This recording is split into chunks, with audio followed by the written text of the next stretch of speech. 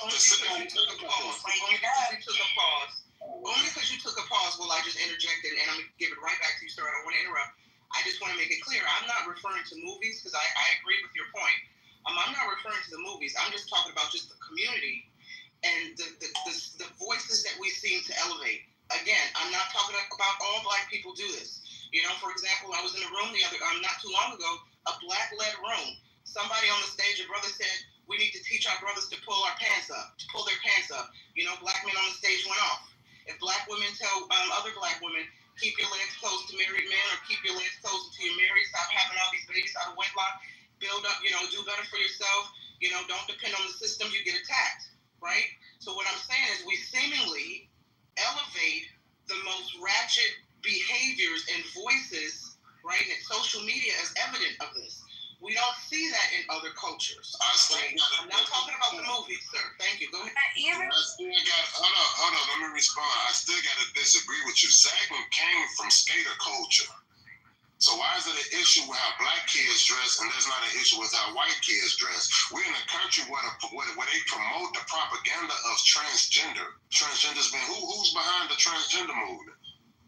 You understand what I'm saying? There's degenerate shit pushed through all cultures. There's nothing that you're going to see in the Black American culture, the Black culture, that's not pushed through all cultures. The reason why people leave their countries is because of crime and corruption. We're in a country where people leave their countries to come here, then they try to criticize us for the crime and the stuff that happens in our country. There's nothing that happens in the Black community that didn't pre-exist in other communities in this country and all around the world. My point is that there's only a spotlight put on Black people, and it comes from the self-hatred of Black people. And I think somebody brought this up earlier. It's really up to y'all. Y'all allow other groups of people to identify you by the degenerate shit. And I blame all of y'all. It's like we don't have conversations about the progressive Black people in America. When I bring that type of stuff up, I get kicked out of rooms. We don't. It's like he brought up about the crime in the Black cities. Well, around every major city, there are Black suburban cities without no crime. We don't like to talk about that stuff. We don't like to talk about all the Black business owners, our Black millionaires, our successful Black people. That falls on y'all. Y'all are victims of media propaganda just as much as. Your phone breaking up, big dog. Your phone breaking up. Conscious, you're in the matrix. Hold on, Conscious, you're in the matrix, but wait to your point. I've heard Black men say that sagging started in the prisons from the guys who were advertising who was giving up that ass. They did a whole documentary on it. The Black man said he wanted the booty, and he knew who was giving up the booty because they had the sagging pants. I didn't know about the skater culture, but continue. Sagging may come from skater culture. That's more of a myth. But also, white people Hold on a second. So, Conscious, who is next? Let's get the cue rolling. Yeah, just real quick. It came from prison because a lot of times they had jumpsuits and no belts, so the pants naturally sagged, and it became a symbolization of who's willing to give up the ass. That was that. Just like putting the tongues down and shit on boots and shoes. Like, because a lot of those prisons had like Chuck Taylor style shoes.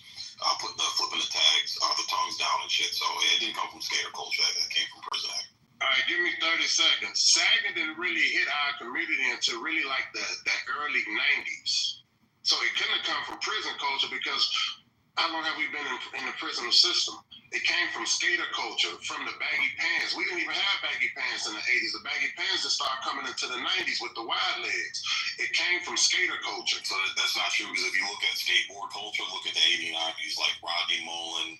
Rodney Mullen was a prominent skater. Let's look up the name Rodney Mullen. You'll see the styles that came from skaters. They typically wore really tight shorts and tight pants back in the 80s. So before and I know what you're talking about, conscious like the Jankos and shit like that. That came after. But skaters typically wear baggy pants until like the mid to late 90s, early. Yeah. Hold on, real quick. Hold on, real quick. So, as somebody that came from the skater culture, I can tell you that what Sig is saying is correct. Initially, people were wearing clothing that you wanted the proper shoes. You wanted clothing that would fit well. The sagging of the pants came around almost like the early to mid 90s, and there was a mix of music that skaters started listening to that they didn't listen to previously. It was a mix of punk rock, thrash music, as well as gangster rap, and so there was a lot of different influences that started coming in, and so that was when the attire started changing, and it's also when a lot of the really popular skaters started getting into corporate sponsorships, and you started seeing a lot less of the street skates. And this is what to bring skateboarding back into popularity. That's when cities started passing ordinances to like build skate parks and things of that nature. When I was skating, you couldn't skate anywhere. Like you were the outlaw, you were the rebel. If you had to skateboard anywhere, they wanted to confiscate it from you. So there's a long history of that. But I think just like anything, there's multiple origin stories. We talked about how prison culture. There's a connotation there. Skaters absolutely in the early and mid '90s wore saggy pants, and then there's many people since then that have done that. In my neighborhood, the initial sagging pants came from the fact that I had a brother that was 14 months older than me. He was bigger than me. He would wear his pants, and then when he would wear them out, I would get his pants. I was raised by my grandparents. They didn't have a ton of money, and so they weren't buying new clothes if they didn't have to. The clothes that they bought for him would become my clothes. That's how sagging happened in my. Hey Mojo, thank you for that contribution. 30 seconds, please. Just 30 seconds. Go ahead, Con. Yeah, and so what y'all just said, it still proves my point, because the point that I made is that sagging didn't hit the black community until the 90s, and it drifted over from the skater culture. We didn't have baggy pants. That's not what he said. That's not what he said. That's exactly what I said. I said it didn't hit the black community until the 90s. It came from the skater culture. We didn't have the baggy pants. The baggy pants came from the skater culture. Thank you for proving.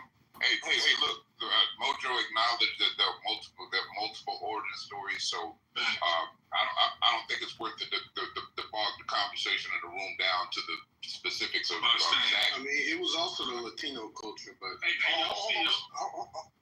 go ahead. King was answer the question. Yeah. Because black people ratchet and ghetto, right? This is what they say. Let me know if you can hear me. See, I'm good, right? You good, family? What was the problem when niggas was sitting on the bus? Hold on a second. What was the problem when black people were well behaved and it was a minister called Martin Luther King when black people would march on Selma? What was the problem when black people were minding their business and the churches would still get bombed? What was the problem then?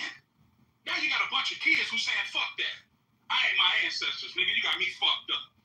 I ain't sitting on the back of the bus. I'm not being well behaved. You know why I'm saying this here? Because even when black people were well behaved, man, I want to eat with you, bro. Nah, this for whites only. Man, I want to drink with you. This waterfowl for white folks only. Even when black folks was minding their business, we still wasn't loved. We still wasn't appreciated. Little girls were still getting bombed in churches in Birmingham when black people were doing nothing. So at some point, you just don't like black folks. Because what I'm saying, CO, I'm not saying that Keegan is lying. I'm saying I can show you the flip side of the coin, where black people were on their best behavior. CO, and we still got lynched. We still got hung. CO, the churches were still bombed. So what's the problem now, CO? Well, It's going to always be a problem as long as you black. Wake up, bro. Listen. Keegan can get up here and talk. The way he talks, he can talk at the job. Listen to me, T.O. The way he talks, he can talk at the job. Now listen, shout out to Sid, because I know he want to coon all day. Check me out, C.O. That was passed where black women could wear their natural hair to the workplace. Tell me that black people don't have to code switch at work to make white people feel more comfortable. Huh? And you still won't get the promotion. Not over the white girl. Not over the white man, you won't get the promotion. Even if you well behaved, you still a nigga in the coop. That's all I'm saying. go. Cat Williams said if it's nappy, white folks aren't happy. Go ahead. yeah, mine. If Sid caught that straight, he needs to respond. Yeah, I mean, everybody's got a code switch, bro. When you go to work, they make you wear a uniform that they dictate you have to wear. Not everybody wants to put on their hot dog hat, when they're working at Happy Hot Dog World, and look like a goofball. But everybody's got a outfit. Listen, what I'm saying is, Is this a you mod get talked on the right, Sid. allowed to speak too. Go ahead. Hey, yo, Sid. I understand the way Keegan talks on the stage, he can be confident enough to talk at work like that. I noticed that a lot of black people, when they go to work, they feel like they got to put on a white voice, because the truth is, if they talk black or more urban, the white person is going to feel less comfortable. Sid, listen to me, bro. We got to be real at some point. I never worked a real job in my life, Sid, but I see it. I see how my girl from the west side of Atlanta, Bankhead, she got to pick up the phone and talk like a white girl. She really don't talk like that, my dog. I see how the Crown Act says the black girl can't, she needed a law to wear her natural hair to work, see? Like, it's a problem going on outside, see? So I get what you're saying, brother. I love you. My bad. I shouldn't be disrespecting you. Attack the point, not the person. Wait, Tori wants to get in there too, CO. Tori wants to get...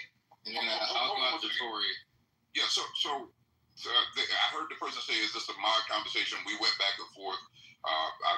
We tried to spread the mic around. I'm sure that's what Mojo or JB would want. Hey, Tori, I did want to respond to them because you did mention me, but I'll let you go ahead because I think you probably got a point. No, Tori, go ahead and can you make your submission? No, go ahead, Tori. We want to hear you. You got a beautiful voice. Your voice sounds better than Steele's voice. Go ahead. Go ahead, Tori. Other than I know you weren't speaking to the uniform of code switching, right? It's about the mere uncomfortableness that white people have with black existence, right? And that's what I think you're speaking to, King, especially in the workplace. Yeah. Right? You as a black woman cannot be quiet around a bunch of white women because they see you as a threat. Oh, why isn't she talking, right? There have been women who were wrote up in HR, right, because she's too quiet, right? The manager said to her, how about you be more relatable? How about you, talk a little bit more? Why? Why does my existence make you uncomfortable, right? And so I think that's kind of what you're speaking to about the having to appease and please them. Fuck that. I don't want to talk today, and that's what the fuck it is. But this is what black women and black men go through in the workplace, having to deal with white women, especially, right? I think that white women are the most exhausting group of women when it comes to working with them, and it's unfortunate.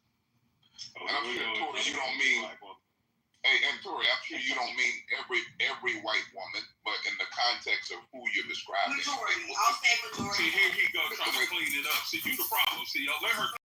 You trying to clean it up and shit. No, hold on a second, though. King, I'm keeping... Man, I'm playing with you, man. Shut up. I know you are, but let me underscore this point on the serious note, man. I'm not trying to be funny enough, though. And I told one of the people that me and you just talked about this at one point, King, and we'll get into some offline about this, man. But we literally, and sometimes people might disagree with me. We have to make sure that we understand, especially when we're talking about politics and policy and government and regulations and laws. We have to understand, man, it's a real numbers game. We live in a representative democracy such that when you send your representative to Congress, they have a vote. And these things matter. Who they choose as judges, who they choose to run different departments, right? Who they choose to be the head of law enforcement, so forth and so on. So I think we have a responsibility not to continue alienating people who are allies to us. So for whatever it's worth, white women aren't my issue. There's a certain mindset within that culture that might be socialized a specific way. So I just don't like saying stuff as white people this or black people this. So I'm going to push back on Keegan anytime he says black people. And I have to push back on us when we describe stuff as white people. White people, you said it yourself. That's not my problem. I rock with white people. It's just people with the mindset that's Keegan that are unrepentant and unredeemable sometimes that don't want to evolve when they hear the new information. Those are the people who I have a problem with. I have a problem with ignorant ass people. So if you think that a black woman coming into the workplace speaking a language and wearing her hair is inconvenient and uncomfortable for the workplace, then I got a problem with your ignorant ass, whatever color you in. That's my point. Who's next? Wait, hold on, Theo. I think Cray wants... Wait, who's next? Mrs. Clark. Okay, hold on. I know Cray wanted to go, but let me just say this before we give it to Cray and then Mrs. Clark. Let me just say this really quickly to Tori's point, because I saw some people in the chat kind of mocking, making fun of what she said. She's spot on. As silly and as ridiculous as that may have sound to some people, every black woman who's worked in corporate America would likely agree with this. We've all been on that receiving end, including myself, where you come to work and do your job, and when it's time for your performance report, you're hit with Are you angry? Are you mad? Because you don't talk. And they don't mean we don't talk in the sense that we're not a team player, right? We're team players. We know how to coexist with our colleagues and contribute to the assignments and the tasks. But the fact that we sit there at our desk and silently do our jobs, I've been working since I'm 14. When I became, moved to LA and started working in the corporate world at various studios and production companies, every time I had a performance report, high praises for my job and what I was doing, but I was always hit with, what's wrong? You're so quiet. And of course I can't say bitch because I'm doing my work. What the fuck you want me to do? There's this idea that for some odd reason it's threatening for a Black woman to just sit in her piece, don't be a problem at work, just do the job they hired you to do and go home. If we're not talking and cackling and at the water cooler gossiping, then there's a problem. Then they have to make a note of that in the performance review. And CO, to your point, I know he's on the phone, I can't say that this is a white issue, but all my bosses have been whites, and they're the ones who bring it up. So, I'm not going to blame white people, but they're the seniority. They're the ones, overseeing these positions and these performance review talks, and they're the ones who are like, listen, we've observed that you're not talking and you're not kiki and kaka and TT, and what's wrong, sis? You got an attitude? Is there a problem? No, bitch. I'm just here to work. Pay me my money, sign that check so I can go home. Thank you very much. Point taken. Go ahead, bro. No. You got it. Who is it? Craig, then? Yeah. Craig, then Miss Clark, is that? Yeah, I think he wanted to speak before me, Okay, and Craig, I saw her come off the mic first, so I want her to Craig, speak, and then I'll speak then after. Miss Clark. Let's No, you good, girl. You got it, girl. Okay. go ahead, Craig. Okay. So yeah, I definitely do agree with Nye, because I definitely hear that a lot. I think two things kind of can be existent at the same time. I know with that bill that did pass in California, that was a big thing. I'm from California, so I definitely remember how big that actually was. So that definitely is true. I just think that for some people to kind of talk about corporate America, and they said admittedly that they've never had a real job, I don't think that some of these people should be talking about what goes on in corporate America when you've never even worked a real job before, because you're not even affected by that.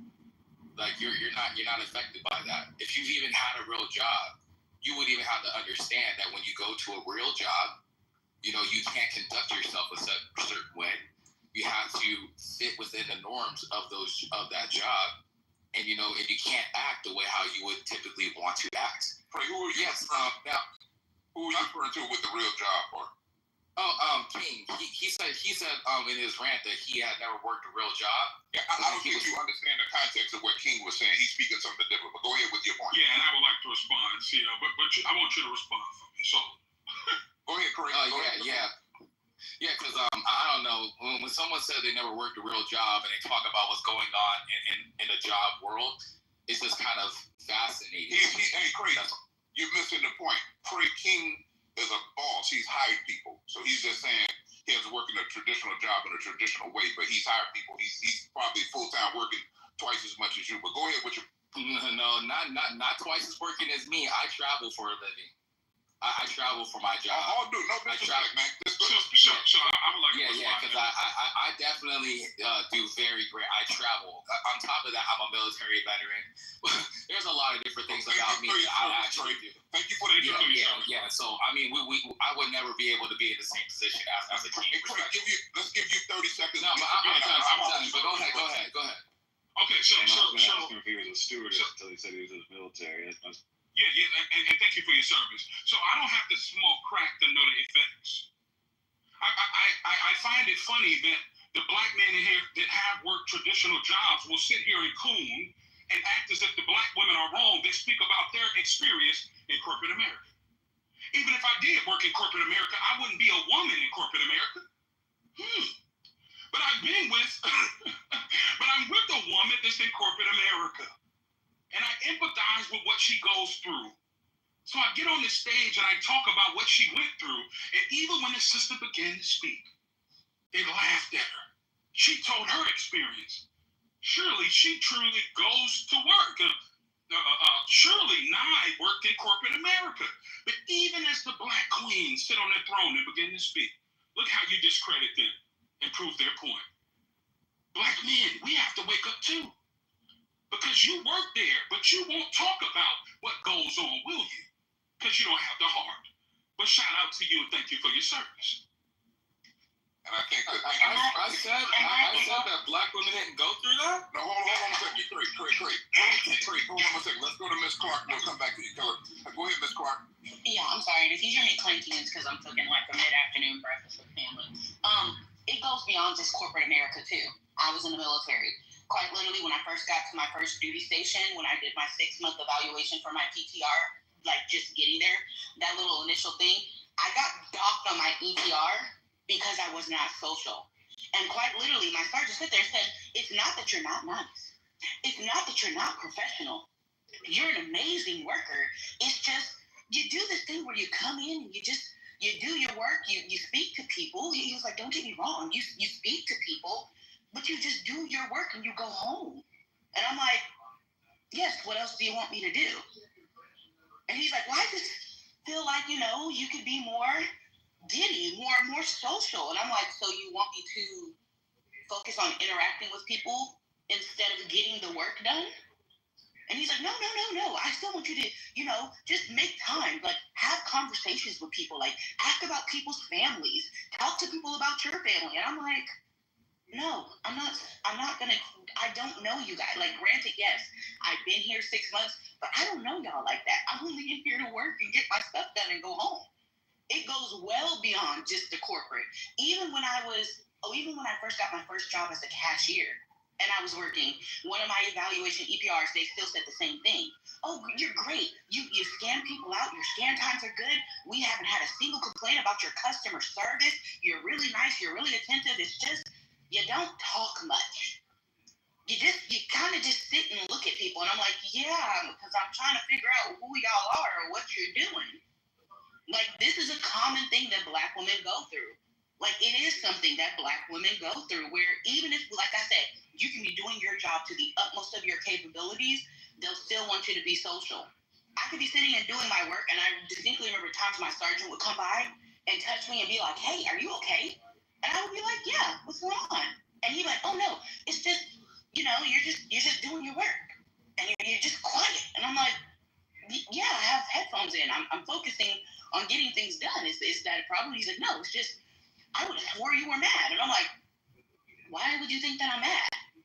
And he was like, well, you're not talking to people. And I'm like, okay, but why would you think I'm mad? I would ask him, do I have is my face tuned up in a weird way? And he's like, no, it's just, you're not talking to people. Like, that was like a literal experience of mine. And it happened so many times. Hey, Ms. Clark, I could really quick. Next point. Hold on 1 second.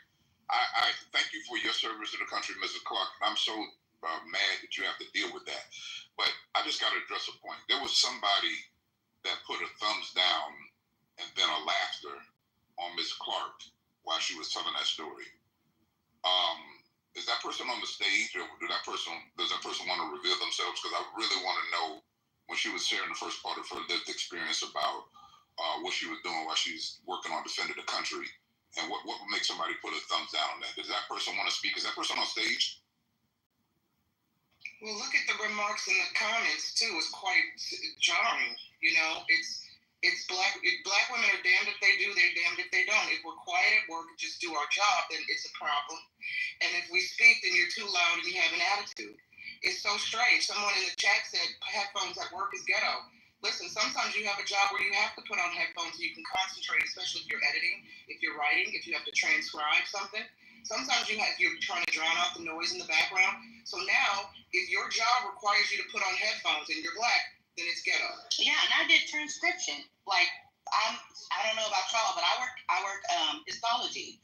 One of the parts of that is transcribing. And that's what the doctors, when they go and they sit at the growth station and they say, hey, today I got a GI specimen that measures 4.3 by 3.2 centimeters. It's easier to have headphones in where you can concentrate on what they're saying than the grainy ass fucking speakers and, the goddamn processor beeping every 20 minutes. quite literally, they allow us to wear headphones to transcribe. So it's like one of those things where it's like, you're doing your job, and they'll come over and they'll be like, hey, what's wrong? And I'm like, nothing. I'm just transcribing Dr. Bronner's shit that he grossed this morning. Like, what's going on? Like, this is, and even in the chat, and I have no problem calling names. Hold on, where you at? Self-control was like, if you don't want to do that, then work at home. If you don't want to interact, work a job at home. My guy, not every job requires you to, like, this is what we say when we say damned if you do, damned if you don't, but these are the people that you work with. Hopefully this person isn't somebody's supervisor.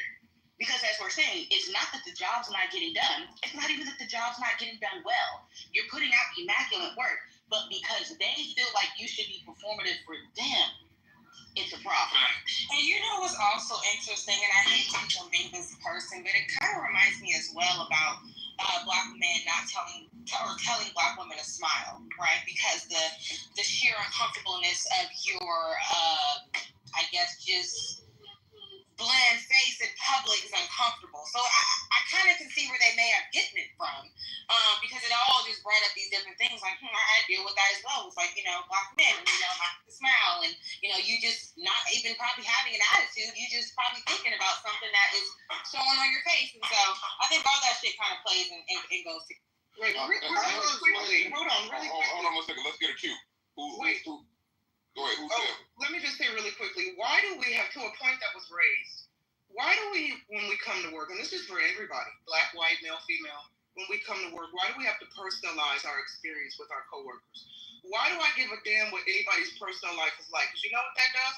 That opens the door for them now to expect you to overshare details about your personal life. And you know what that does? Leads to office gossip. And you know what that does? Let something about your personal life get back to the manager or HR, then you're distracting, you're disruptive, and you probably will be out the door. People are too judgmental. Why do we have to overshare or even pry about people's personal life at work? Just like they say, keep religion out of the workspace, keep politics out of the workspace.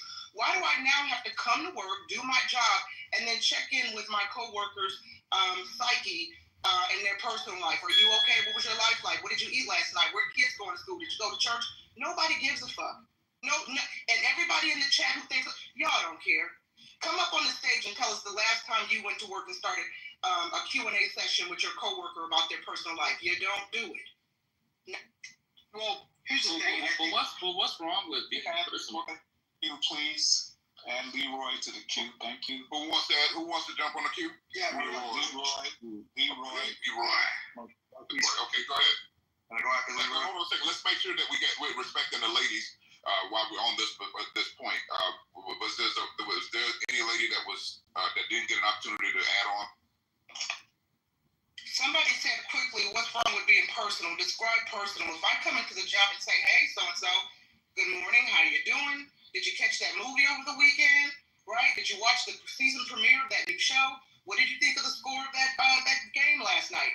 Above and beyond that, what are we defining as personal in the workspace? Right. You're basically exposing yourself, your truth. Really what they want to know if the stereotypes are true. They want to know what's going on in your home. Are you a single baby mama? Are you struggling? Because then when they know all that information, they become passive aggressive. Oh, do you need anything? I know you have the kids. And it's just like, no, we're actually well taken care of. They start with this passive aggressive overanalyzing shit. They bring you shit to work, donating canned goods. It's weird how they treat you. So yeah, they just want you to overexpose yourself. It's the prying into like. They want to know, like how Tori said, is your husband being faithful to you? You're not ranting about how horrible or anything about your life. If you come to work and you don't really express or tell intimate details of your life, then they're like, why are you not being personal? Because quite literally, like I said, even in my military, when I was in the military, I gave up no personal information about my family. Yeah, you knew I had a mom. Yeah, I would speak on my sister, but that's it. You didn't know anything about the woes that was going on. The most you knew was when my grandmother died, and I said, hey, I got to take off because my grandmother died. I'm not about to tell you, oh, my grandmother's in the hospital because she has 6 hernia sacks and socks. Like, no. I love that the people in the comments are triggered because black women are speaking. Shout out to black women speaking. They so beautiful. Shout out to black women. They're so triggered that black women are speaking about their lived experiences, especially on the workplace. Shout out to being triggered. Shout out to Mr. And welcome back to the show. I want to say happy birthday to his Clubhouse birthday show. Thank you. You get a shout out my Cash App and my body. Believe that. Shout out to the Cash App and my Jake Brooklyn. How's the state old Mrs. And see, that's why we have to go and Hold on a second. In the spirit of JB's Cash App and his ladies he's honoring, let's make sure we get one mic. Who is speaking? Yeah, I just wanted to say real quick, Mrs. Clark, if more employees were just like you, they shut the fuck up, came to work, minded their own business, and did their work, I think a lot of these places of employment would be would be way better. So you would get promoted if you worked for my bank. Can we get some of these ex-cons off the stage? I'd like to say a few things. Clean up the stage. Oh my God. Everybody mute up. I haven't said a word to you, fucking retard. But you know what? I'm not only throwing you out, I'm going to block you, you fucking dummy. Back to you guys. Can I go next? Yo, it's funny. May I go next? I did want to Absolutely. Go ahead, bro. Go ahead. Is that Leroy didn't get a voice? As long as the ladies have finished saying what they were saying, I thought that point was important. So did I'm sure Sid King and everybody as a moderator on stage, including JB and Odo. Hold on, see, before we get long, what was the brother that said I never worked before? I couldn't speak on it. When the sister spoke, and she's been in the service and everything, I didn't hear a rebuttal of what she was saying. Is he still here? See him? I don't even remember who that was. Oh, okay. I don't see him it was Quay. I don't see him in the Oh, he left. Oh, okay. I appreciate that. Leroy, did you have something to add to the combo, my brother? I hear you, King. Yes, what I'd like to do at this moment was give a nod to our ancestors.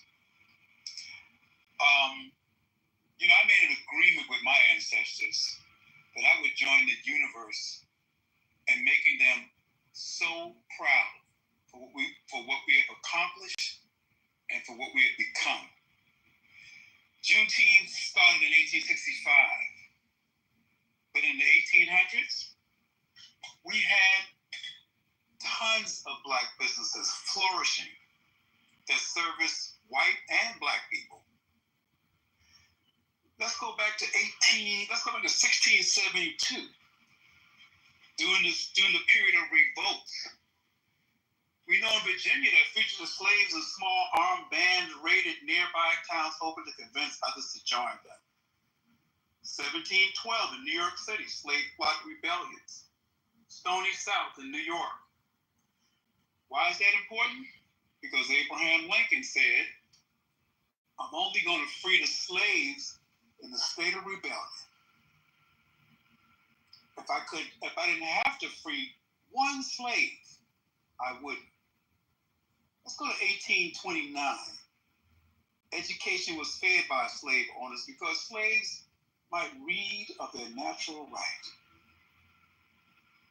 You see, for me this day, I celebrate the Black woman and the Black man because I want you to know one thing. Don't ever be ashamed of your scars that life has left with you. A scar means the hurt is over and the wound is closed. It means you conquered the pain, learned a lesson, grew stronger, and moved forward. A scar is the tattoo of a triumph to be proud of. Don't allow your scars to hold you hostage. Don't allow them to make you live your life in fear.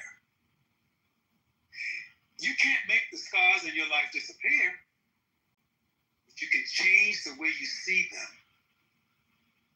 You can start seeing your scars as a sign of strength and not pain.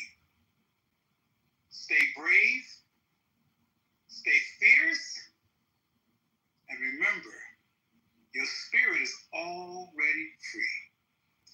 I just wanted to express that from the sentiments of the ancestors. I want to acknowledge them, acknowledge the ancestors in each and every one of you. And that is the way I want to continue to celebrate Juneteenth. Let's go back and recall a historical moment, like in 1869, when they has, when education in 1869, there has been great progress, right? For the whole colored population. population called colored people back then, right? So you see, in 1869, we were progressing in education. Schools were flourishing in 1864. Come on now. Shit, fuck these people, man. We got so much to live for.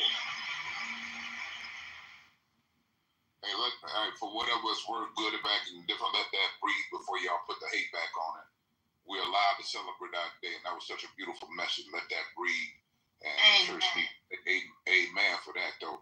And if I could, after you make that pit stop, pass Brother JB's cash app, because people committing their time, and time is money.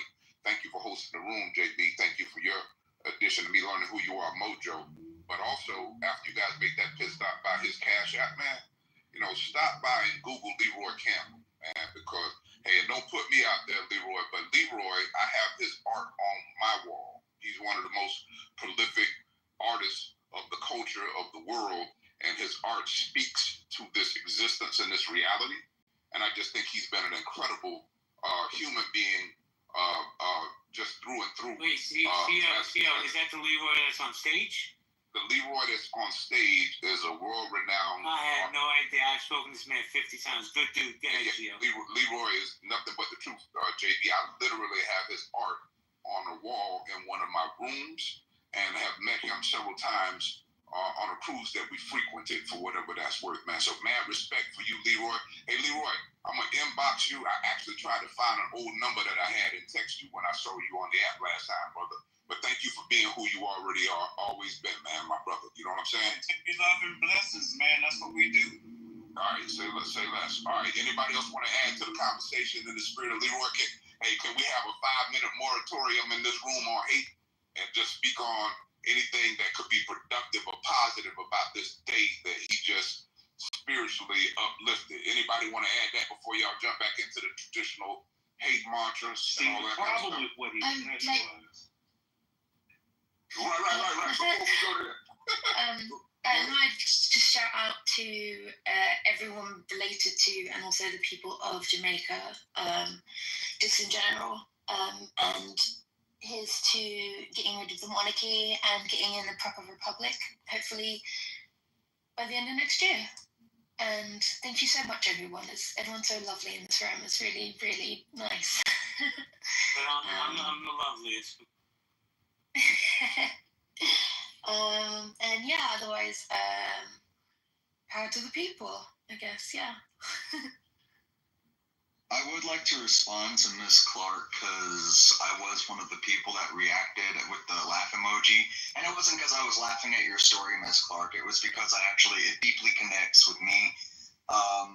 Because they're telling you at your work, like, oh, you need to have conversations with people, interact with people more, delve into their life, so to speak. I found that hysterical because at work with where I work at, I work security, and they're telling us, like, they'll threaten our jobs if we walk and talk too much.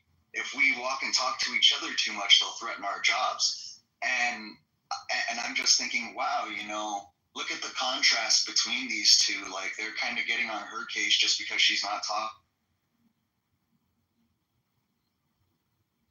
Hey, you broke up, Marquise. You're in the Matrix, Marquise. Well, hold tight for a second to see if he jumps back in. Marquise, the place we lost you is that they do something to you when when they're not talking. I think you were going to say somebody else when you got. Go ahead, hey, Marquise. We lost you at when you were talking and working with. Like, it's the respect of what you're putting into the company as compared to the respect that they're giving you, and the respect and that same work ethic that they're doing that they're expecting you to do. If they're telling you to interact, and yet if you don't, what's going to happen, right? Well, why? Why would I want to interact if I don't even know who this person is? So to go, you're living by the right ethic. Go to work, do what you need to do. Even if you have the time, do a little extra work. But you don't need to be placing your life, you need to be placing your life on the platter for everybody else like that. And I'll land my plane. Yeah, Marquise, and I get what you're saying, because I think people are taking the fact that I'm saying that I'm not talking much as being antisocial, and that's the thing that I don't like. is because it's like this label's getting stuck on people because they don't want to talk. That doesn't mean you're not antisocial.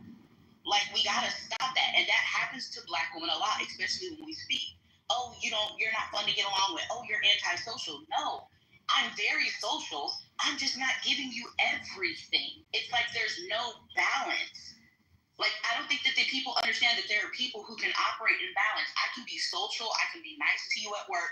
We can have our conversations. But guess what? When these specimens got to get cut, when they bring that damn leg down from the OR, I can't talk to you anymore. I got to focus on getting this stuff grossed in. I got to make sure that everything was severed correctly.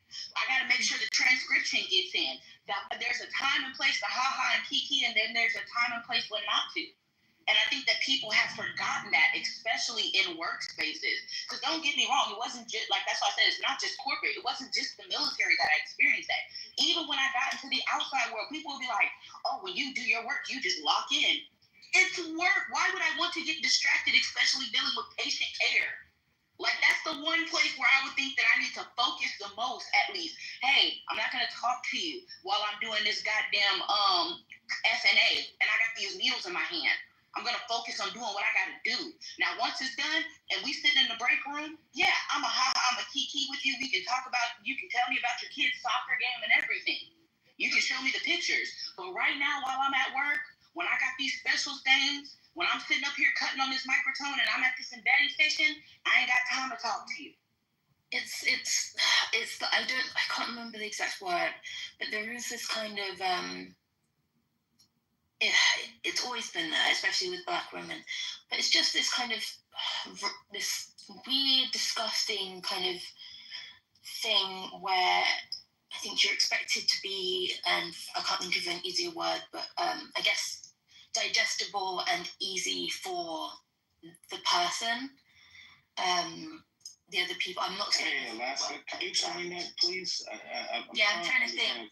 Like, it feels like it's always one thing. If it's not one thing, it's another thing. Like, your hair, or your makeup, or your, it's just, how can I, and there's a specific word for it. I'll think and come back, sorry. And, like, the funny thing about it is, I'm not even getting into the situations with my hair and stuff that I've experienced in the military. Like, y'all exactly. Like, you guys can look at me. Imagine being told that the brown makeup that I'm wearing is too brown for my skin. Like, this is the shit that I've heard. Oh, I see your makeup in your on the liner of your hat. And I'm like, yeah. Why is it brown? What do you mean, why is it brown? Well, why is it brown? I don't know, Susan. Who's asking you that? Stevie? Like, this is literal conversations I've had. Oh, you can't wear you can't wear brown lipstick. Your lipstick has to match. You can't wear brown lipstick, but it has to match your lips. I've been told that you can't. I've been told I can't wear. I've been told to wear makeup, and then I wear lip gloss or whatever, and then I get told it's too much makeup, even though I'm wearing other people. Girl, I remember I was working at a nursing home, and I mocked my manager like she's white, right? And I mocked her like I sounded just like her. She fired me. She was so pissed off. Yeah, I don't take shit. Okay, I'm from a farm, so I don't know. I don't do no fucking yes. Sorry. Yeah, I'm gonna mock your ass. Like, yeah, now what? Hey. But, like, there's so much that I can get into. Like, even when I was in the military, even when they did the thing where they revamped the jurisdiction for your hair, like where they said, okay, look, you guys can wear braids, and when you wear braids, they have to be a certain length and size. There was a lady on our base who was an officer's wife. She was a Black woman, and she used to braid every Black woman's hair on base because she braided it within regulation. Still got shit for it. I remember one time my supervisor told me that, you know, my braids are nice, but they could be a bit more professional. And I was like, okay, how can I make them more professional?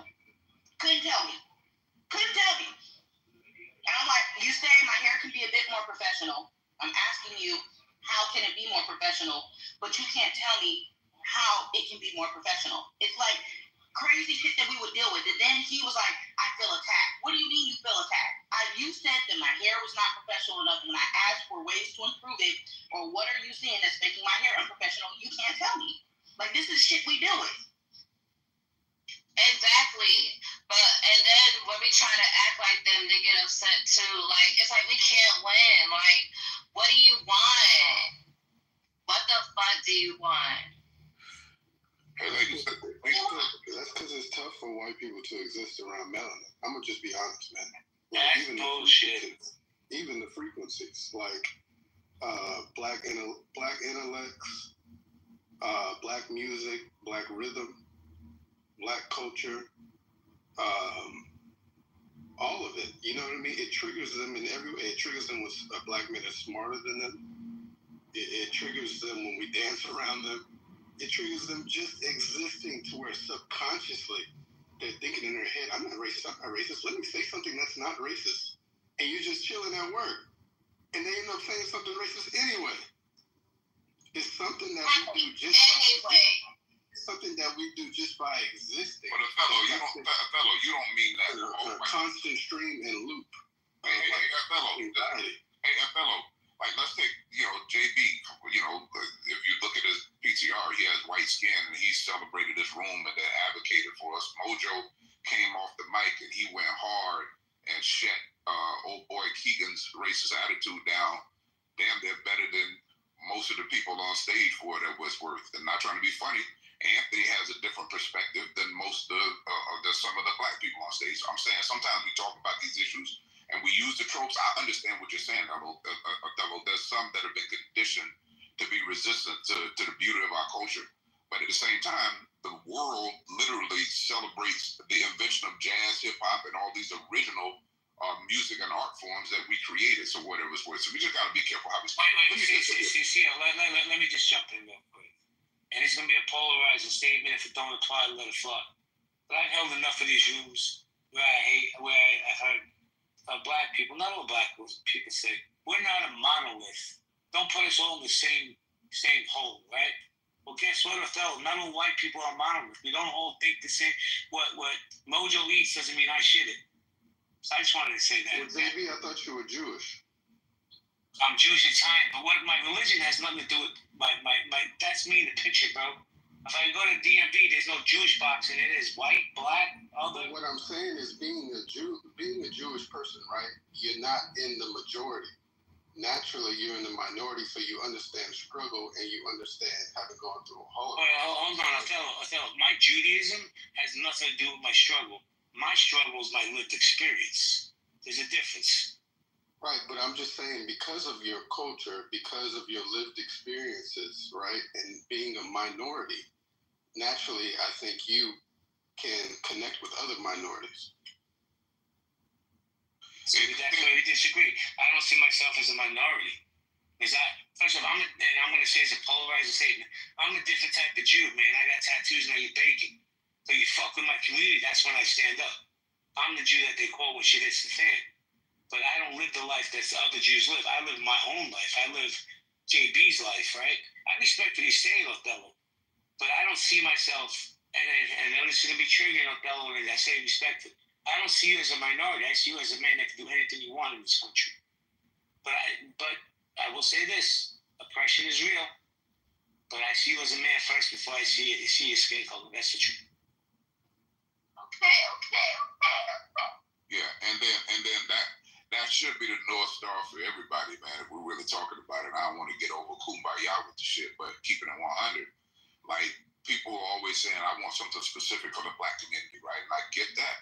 But at the end of the day, what on Juneteenth, as we celebrate this specific level of freedom for our culture, the real freedom is demanding what King demanded, which is that the American Constitution, its Bill of Rights, its preamble, is just holds true. You know what I'm saying? That's what King was saying when he was on the steps of the Capitol. He was basically saying, be who you say you are. So we're founded because people didn't want religious persecution. Why we persecute people because of their religion? If this country was founded with all men that are part of the country and women having inalienable rights that couldn't be taken away from them, and that people get to practice, think what they think, say what they want to say with the freedom of speech. My point, so, is that our conditions should be advocated for not just by the black people on the stage, but by everybody on the stage, because it represents, and it's the most idealistic American ideology. So you can't say America first, but bump the black people. They need to pull themselves up by their bootstraps. You can't say I'm all about America, right? And the Constitution and what it stands for, and then people aren't. Don't even get up, man. I just want to say this. Because we have this myth in America that America was built for all created equal. America was built by white supremacists for white supremacists. That's just a fact. 100%, that's the fact. And then the point has been in the evolution and the amendments of the Constitution. What I'm saying is, in the ideal and the perfecting of the Union, which is supposed to be the point, our consistent progress has to be consumed with all Americans wanting shit to be fair for everybody. So Ms. Clark isn't saying she wants some special whites at work. She's the one her culture considered, and that her hair is different, and her attitude and temperament might be different. She might not normally relate to the norm in that workplace. It doesn't mean she's anti that workplace and she's defending the country. My point is, and I'll close here, the ideals that people of color, and not trying to be funny, Latinos, Jewish people, Indians, whoever, we're all saying, America, be who you say you are. Appreciate the diversity of thought. Yes, we understand that this country was created in a specific way, but every amendment thereafter said something different. Let's not revert back. Let's move forward in the perfection of the Union. So I'm just saying, why the hell isn't everybody, no matter what goddamn color you are, advocating that the people who you have to hear complain are actually asking for American ideals? Or when Keegan was on stage, he was talking about 42 and all these movies and how sick he is of watching these black movies. Why can't those be American stories? That's all I'm just saying. The myth of absence is a problem. When you teach people that we weren't a part of defending this country, of building this country, of already being this land, when you teach people false history, then you falsely demonize a culture that doesn't deserve it. And the way to change this shit is stop the way that we're talking about it, and stop the way that we're teaching the BS side of history. Don't do nothing special for black people. Just do something special for America as being who you say you're supposed to be. I'll land there. But I just want to say this, though. I mean, again, we got to remember, America was founded by Anglo-Saxon whites. It's a predominantly white country. It's like going to Yankee Stadium as a Red Sox fan and saying, oh, how come we're not, talking more about Red Sox here at Yankee Stadium? Because it's fucking Yankee Stadium. So you're going to hear more about Yankees, and you might see a blip on the radar about, some of the games and maybe some of the beef with the Red Sox, but it's Yankee Stadium, so it's predominantly going to be about the Yankees. Well, the difference between the Yankee Stadium and America is that America. Todd, please. My bad. I didn't hear you. You're a little low. No problem. I'm not giving you a hard. It's all good. I'm not giving you a hard time. So what I was going to say is this, man. Yeah, America was founded by whoever it was founded by, right? But when we talk about the ideals of this country, what this country stands for, what it aspires to, like the ideals of what this country's about. It's not, people are infallible, but judge the country by its ideals, all right? Judge a country by what it's striving for. It's the most amazing country in the history of the known universe. Yeah, I was going to say the difference between the example that you gave, Sig, and actually America is that, kind of what Anthony said, the idea is what was put on paper. When you go to a Yankees game, they don't say, hey, all teams are created equal and we're all going to get the equal chance to score. No, that's not what they do when you go to the games. It's, hey, we're the Yankees. We're gonna whoop the fucking whatever team you said ass. That's usually what's going on. It's a competitive atmosphere. It's not an equal atmosphere. America set the tone on paper for it to be an equal atmosphere. That's the difference. So that example really didn't stick. It's sticking and slid right down the wall. No. It actually sticks because of equal opportunity. The Yankees still allow the Red Sox to come in their stadium and equally compete. I think where a lot of people are getting the misnomer is they want equal outcome. And that's not what the promise is. The promise is only equal opportunity.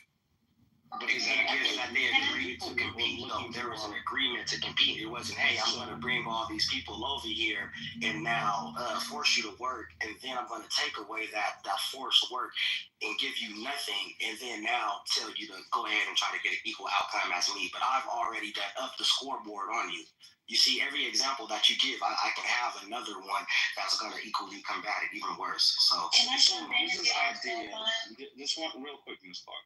There's this idea that in America, all white people are rich, and they've upped the scoreboard. It's nonsense. 10% of the population controls over 50% of the wealth. So you this is a complete misnomer. And people think that life should be fair. It's a nice thought, but life will never be fair. Life is inherently unfair.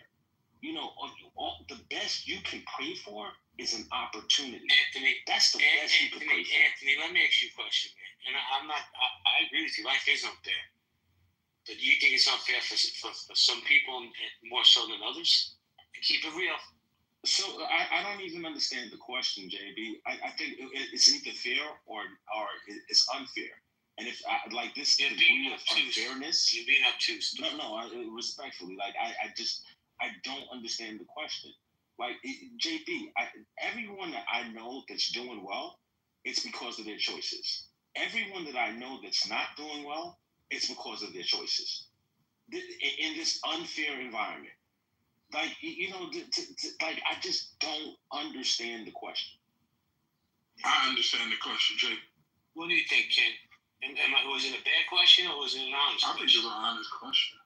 Can you repeat it? I understand. Yeah, I understand the question. I want to give it to Ms. Clark before I respond. How do you guys measure the degrees of fairness? If we could, let Ms. Clark. This was this speaking out loud, bro. I just don't understand. No, I get it. Conceptually, the degrees of unfairness. That's all. I get it. The thing is this: you're like a black-white supremacist. So I get it. Like you like to protect whiteness, and I get it. JB is just asking you: is it unfair for some people, bro? This is not rocket science, man. I mean, even as JB means well. He's a genuine person. Hold on a second. Even as the brother begins to speak, to tell you the history, you and Sid continuously go against this black man he's not saying you're wrong. He's just saying acknowledge the history. Do you know black people were enslaved longer than they've been free? So when JB gets off the mic and asks you a question, right, that's really in defense of black people, here you go, shucking and jiving again, doing the coon dance, and I get it, and I like you, Anthony. But King, you're factually incorrect about what you said. You're factually incorrect. I know you're mad at me. Go ahead. No, I'm not. I'm not giving you no negative energy. Okay, thank you.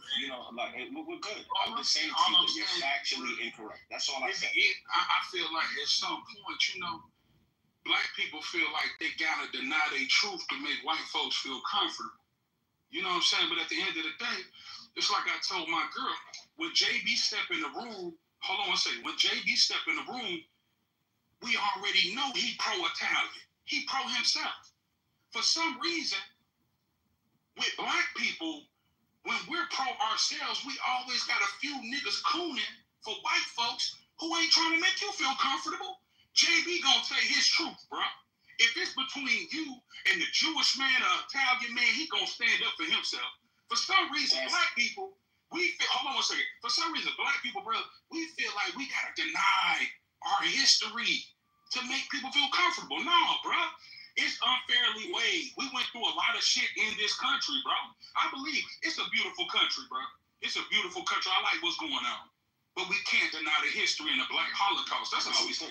King, here's what's up, King. Here's the problem, right? King, what happens is Keegan gets called racist. Me and Sig, we get called coons. This is your ways of trying to silence us. You say, you don't agree with groupthink, but this is what you're advocating for by calling us these names. I'm not matching your energy. I'm not calling you any kind of names. like, listen, man. I think that the most dangerous thing you can do to a person is to make them dependent on you. That's the worst thing you can do to a person. To pretend to, like, I love people that tell me, yo, this is what they're about. This is who they are. I respect that. What I don't respect is when people make other people dependent on them. They make people, they have this one little idea. And this is the only way everybody's supposed to think. And if you don't think like that, I'm going to call you some really disparaging name. I'm going to curse the day you were born. This is, and then some of these people, what they're going to do is they're going to do it with a smile on their face. They're going to do it while they're giving you a pat on your back. Wait, Anthony. Hold on. I'm not going to give you smoke. I'm just going to give some context. When he was called a racist, Keegan, who I don't know if he's still here or not, I waited, I let everybody speak, and I let Mojo pack him up. I came off the mic and said, Keegan, I'm not going to call you a racist, but you do have some racist ideology. And you know what he said? I'm not going to argue that. So if he self-admittedly says I have racist ideologies, what would that make him, Anthony? So not a racist. JB. Is he not a racist? No, respectfully, I know what I hear. I'm not a dummy. Okay. Can I answer your question and just be honest, bro? Yeah, because you don't want to move on. Then cool. I'm happy to move on. I'm not going to argue with you because what you do is because you're being obtuse and you're being intellectually dishonest. Okay, so JB, like, listen, man, I have never called you obtuse and I've never called you intellectually dishonest. I've never done either. Because I'm never obtuse or intellectually dishonest. You're being both right now. JB, this is your perception. I don't, because of my respect for you, I don't put my perception onto you. I think you're a genuine person, and I take you at face value, and I just leave it at that. There's no prize for me winning an argument here. I think that if you said, like, even what Mojo said about Keegan, it was so off base and so fun. It was wrong. It was fundamentally wrong. It wasn't intellectually dishonest. It was intellectually lazy. And it was like, I'm talking about Roger. He was 1,000% wrong. So, and it's kind of friggin' hilarious coming from Roger. But I'm going to leave it. Let me get this real quick. Hold on, if you don't mind. This is what's killing me, Anthony. I want to respond after you. Go ahead. You're defending someone who has come out. Keegan has also come out in other rooms and adamantly said that he sees himself as a racist. You can't get mad at people without context. I can't say that. How many different people do I hear from? Come on, y'all. Like, this is the part that trips me out. Like, Keegan has sat here and expounded things. You can sit here and say respectfully you don't want to be labeled as a coon. I'm not going to call you a coon, right? But Keegan has sat here and said, I don't mind being called this. You can call me this. He's been in other rooms where he said, yeah, I can see myself being this, or I am this thing. If you come out and you tell me that you're something and I refer to you by it, what I don't need is somebody coming in and saying, well, why are you calling this person this? When this person is perfectly fine sitting up here saying, I'm fine with being called that. If I get up here on the stage and somebody decides to call me, like a fucking wife, I'm a wife. And for somebody to come off and be like, you can't call that woman a wife because you think that. No, call me that. If I'm telling you, you can call me that or you can refer to me by that, why are you defending that? I can understand when it comes to you yourself and you not wanting to be labeled things or you don't want to be being seen like that. But I literally sat in this room the other day when Keegan was sitting up here talking about how he saw the black family at the park and they were setting up for their child's birthday party. And he sat there and said that how he called them all types of names and talked and thought in his head all types of violence towards them. And somebody said that's kind of racist as fuck. And he said, yeah, I am racist as fuck. What the fuck is going on? So that's not true. He didn't say he had thoughts of violence towards that family. That is absolutely, that's not what he said. So let's keep it real and be honest when we're talking about this. But again, sorry. Free was trying to get in. What's going on, Free? Welcome, man. I definitely want to give you a chance to chime in. But the thing is, you know, you can call us coons and whatever you want. That's fine. I mean, you got a right to free speech. But JB's correct. I hear all the time black people say we're not a monolith. But it seems like that only applies when you're going with the black narrative. As soon as you step outside of the black narrative, then, you know, that we are not a monolith. It goes by the fucking wayside. So again, black people are racist as fuck. We heard on the stage, we had a black man refer to white people as crackers, and nobody batted an eye. Nobody said a fucking word. But if a white person said these niggas, everybody would chimp the fuck out and go off. So there's a double standard here. Black people are racist as fuck, man. Bring home a white woman to your black mother and see what the fuck happens. She's gonna have a problem with it.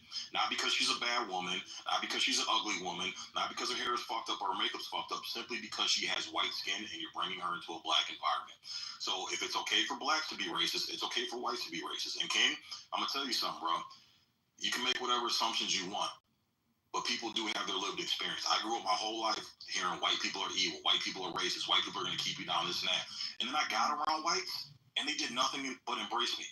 I was able to open my own fucking business because a white man allowed me into his shop rent-free for 6 months to give me a fucking opportunity to be an entrepreneur. And I was able to sell that business. If it weren't for him, I wouldn't have the money that I have now. I was able to sell that fucking business for a profit, but it was a white man. Never had a nigga come up to me and say, hey, bro, you can set up shop over here. You don't have to pay rent for 6 months. Just build yourself up to be successful, and then we'll talk money later. Never had that fucking happen, bro. Detroit, all the years I lived in Detroit, niggas robbing me at gunpoint, breaking into my house. As a kid, I had to sleep in the bathtub. And you know Detroit. Finkel and fucking Pinehurst, 7 Mile and Livernois. You know that area, King. You know how rough that fucking area is. I had to sleep in a fucking bathtub every fucking night because the niggas was shooting. Wake up to go downstairs to go to school, to go to the bus stop. Fucking dead niggas, police tape all around because niggas shot other niggas. The dead bodies laying on the fucking ground. This is what I had to witness as a child fucking growing up. So it wasn't white people that were shooting and killing niggas. It wasn't white people that made me have to sleep in a fucking bathtub at night because straight bullets were flying every fucking night. I move around white people that I've been told were evil and racist and hated me, done nothing but embrace me and help give me opportunities because they weren't looking at my skin color, they were looking at my character. So that's where some of us are coming from, King. It's not just a coon. Hey, yo, can I respond to that, JB? Can I respond real quick before I go to the... Hold on, Miss Clark, let King, let King respond because he addressed you directly. Okay, King. Yeah, I want to say, my apologies for what the brother went through. I encounter a lot of my brothers and sisters that went through a lot of things in the hood. I want to tell you, I got a lot of love for white people. But JB, like, that's my real homie, bro. But, at some point in life, I had to learn I don't have to deny my blackness to love white people. You get what I'm saying? And when I sit here and I hear brothers like you overlook redlining and things that happen to black people, it's almost like you feel like you have to deny yourself to make somebody feel comfortable. So when I'm saying the things like the cooning and stuff like that, I'm really advocating for the kid that you were, bro. To say, he still exists. What about that black man that did sleep in the tub, that didn't want to go through what he went through? He does not exist now. We don't believe that there's good black people in the Detroit community now. That young black boy that had to get that opportunity from that white man, he doesn't deserve to know that black excellence exists. He doesn't deserve to look in the mirror and love himself. He has to deny himself of himself. He has to hate himself to make somebody feel comfortable. Brother, I just don't want you to do that, bro. I love you for real. Anthony, I admire the way y'all brothers speak, bro. Y'all the ones we love. But it really don't help the community when y'all get on and y'all don't really come back and speak to the hood and say, yo, bro, this how I got paid. Because if all he see is the drug dealer, if all we see is the gangsters outside, because you don't got your college education, now you too good for us. You too good for your own people, bro. There's some good people in Detroit, bro. Y'all, I'm saying is don't turn your back on them, dog. I see at work where black people gotta be fake. I get it for a chick. But on Clubhouse, niggas ain't getting no money and still shucking the job and this shit, bro. But I love you, bro. I can't deny your story. I grew up around white people. That's why I got love for white folk. I didn't know I was black until I read the autobiography of Malcolm X. I'm gonna tell you, I moved around all black people to Montgomery, Alabama. I was almost scared of my own people. And I got so much love, bro. From my people, I tatted that shit on my arm. I represent Alabama for real. Because I got love down south when it was waving at us. I got hugs from my black people, so I love everybody, bro. But I don't have to deny myself to make anybody feel comfortable. I want JB to be the best Jewish man he can be. And I know he still love me, bro. That's all. So I love you, bro. I apologize if I offended anybody. I get you. Can I perfect. I just want to say that I definitely do reach out in the community, and I definitely do, show love. I give back in a multitude of ways. The number one way being my time, my efforts, and transparency in terms of how I was able to accomplish what I've been able to accomplish. Well, yeah, you haven't hit my cash app, you cheap fuck. Yo, and shout out to hey, yo, Aunt, let me say this, JB, and I give it to you. Hey, yo, Aunt, at some point, Steve and Aunt, we all got to come together, brother. CEOs. We're the black excellence. We're the heroes we're looking for. But if we can't get on one accord, nothing changes. But we can never get on one accord. And real quick, we can never get on real quick. It's gonna be quick. But King, I hear what you're saying. I love you too, brother. There's nothing but love in my heart. But we can't notice. Anthony and I have never called you guys names. Never disparaged your point. We may disagree, but we've never disparaged your point of view. But we haven't got the same respect in return. So we can't get on one accord if the respect isn't flowing. That's true. Now Anthony apologized, but Anthony called me a bunch of names when he first met me. But we were all how everybody, hold on, please. Hold on, please. Respect. Miss Clark has been waiting, and she's threatened me in the back channel. She gonna choke me. I didn't lie. Don't say that. I did not say that. Okay, so for me, sitting up here listening, I think that this is what gets to me. Sig, I can feel you. I can understand your plight and where you came from. Congratulations, you grew up in the inner city. I think that people tend to think that people are bad when it's just you're in a bad area. Regardless of who would have been there, it would have probably been, if you grew up in a bad area, it's a bad area. I live here in Mobile, right? If I take my ass to Pritchard, I'm going to face a lot of fucking gun violence and threats from, guess what? Black people. But if I take my ass over across the way to Mancha, Alabama, guess what? They have high fucking gun violence out there. And it's a bunch of fucking white people. If I move my ass out there, it's all about proximity. If I move my ass out there around a bunch of white people who are committing crime and it's a bad area, guess who are going to be the people who are perpetrating crime against me? A bunch of fucking white people. Just like if I move my happy black ass over to Pritchard, where there's a fucking high crime rate and it's a bad area, the people who are going to be perpetuating violence against me is going to be black people.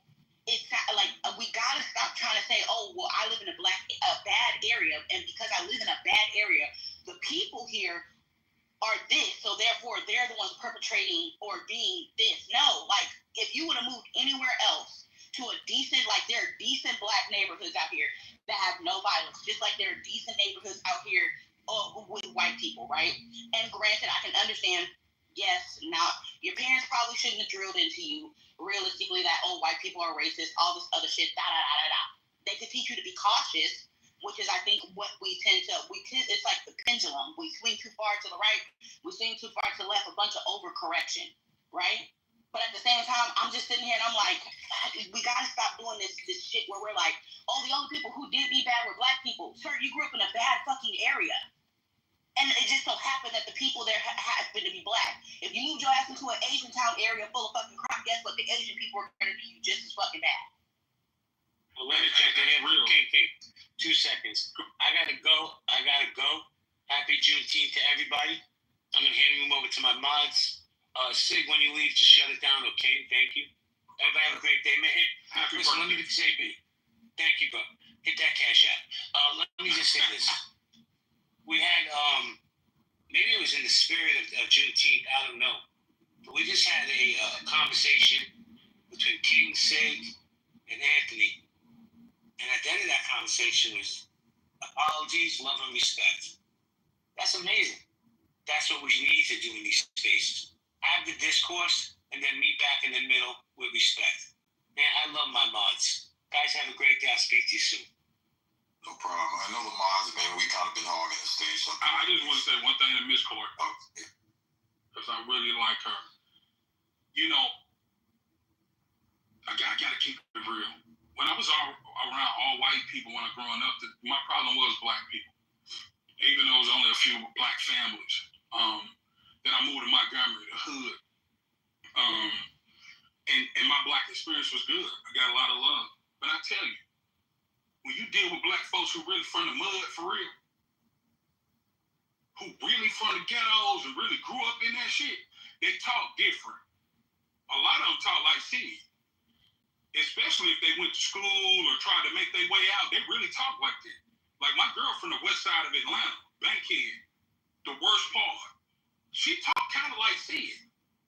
And I got to talk to her every day to say, nah, baby, believe in that black girl you was when you was growing up. But she say, you don't know what I went through. And she right. I don't know what she went through. And sometimes I got to be real. Sometimes we have audacity because I didn't start out that way.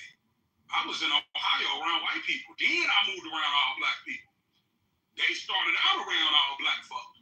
You know what I'm saying? So I can't take nothing away from his experience. I grew up with a father from Detroit. I didn't understand why he was mean mugging. Nigga, we in the suburb. What's wrong with you? But he from Detroit. It was a different experience. You know what I'm saying? I'm keeping it real. He from Detroit. What? You get what I'm saying? So what I'm saying is sometimes we have audacity. Some black people have audacity because they did have a better upbringing to tell people who was really in the ghettos, in the mud, getting shot at, fucked up, and they just wanted to be better people. That, you know what, bro? You gotta love us more than the love you got when you grew up. Why don't you just move around more black people? She had probably lived a more blacker life than all of us. But sometimes the result of black people terrorizing each other is sin. I don't agree with it, but I gotta understand my brother. Just the same way I gotta understand my girl. I'm keeping it real with you, sis, and I love you for real. But bro, my girl from Bankhead, come to Atlanta, go to the west side. Go to where they go to the bluff. She really from the slums. And she ain't really trying to hear all that black shit I be talking. I really gotta massage her mind and understand her to find some type of balance here to make her love herself again, bro. That's real talk. So shout out. That movie was good, Snow on the Bluff. That was a pretty... Yeah, Snow on the Bluff. Hey, you know what's going on. You know what the fuck going on. Hell yeah. All right, well, let's open up the stage, man. Oh, Free, what's going on, Free? I know you wanted to chime in. I think Alaska, you wanted to chime in too. Joe B's new on stage. Jody, welcome. Cool C. Want to give some of you guys an opportunity to speak. So we'll start with Free, and then you guys, you new people on the stage. Well, yo, Free, you here? Okay, anybody else wants to go? Joe B, Jody, Cool C. Oh, everybody, Free's back. I just had a short... Oh, do you want me to go? I just had a short point. Yeah, we got some brand new people. Oh, okay. Well, Free's going to yield his mic to you last to go ahead, and then Free, and then we can open it. Thank you so much. Welcome new people as well. Yeah, just to say as well, when we talk about areas being bad, it's really important to also look into why those areas are bad. Usually it's because of historical...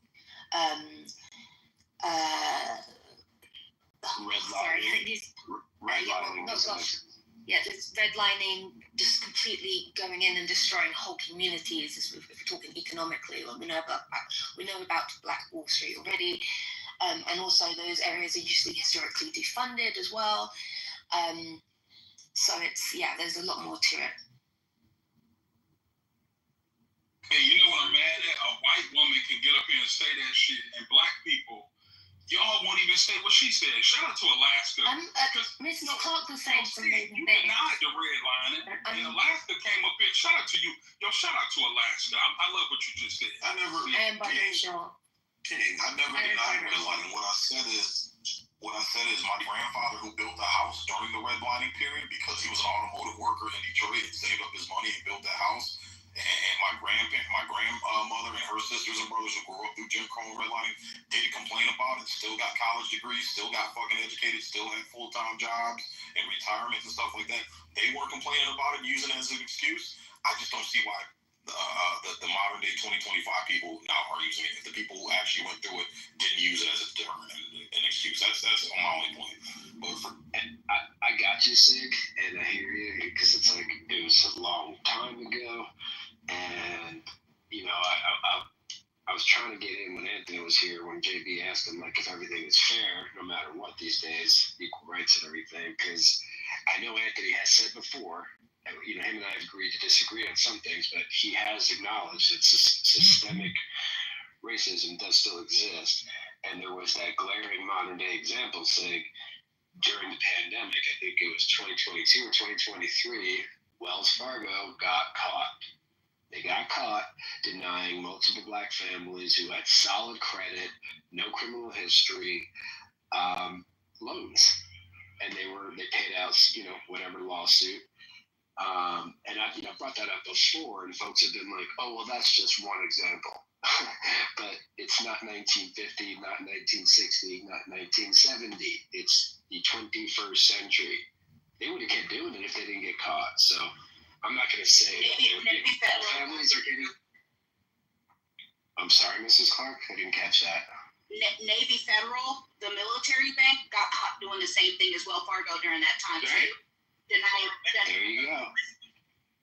There you go. Anyway, so when folks say, well, how come redlining was so long ago, shouldn't have, folks that were directly impacted, grandparents and such, they were able to get past that and all the power to them.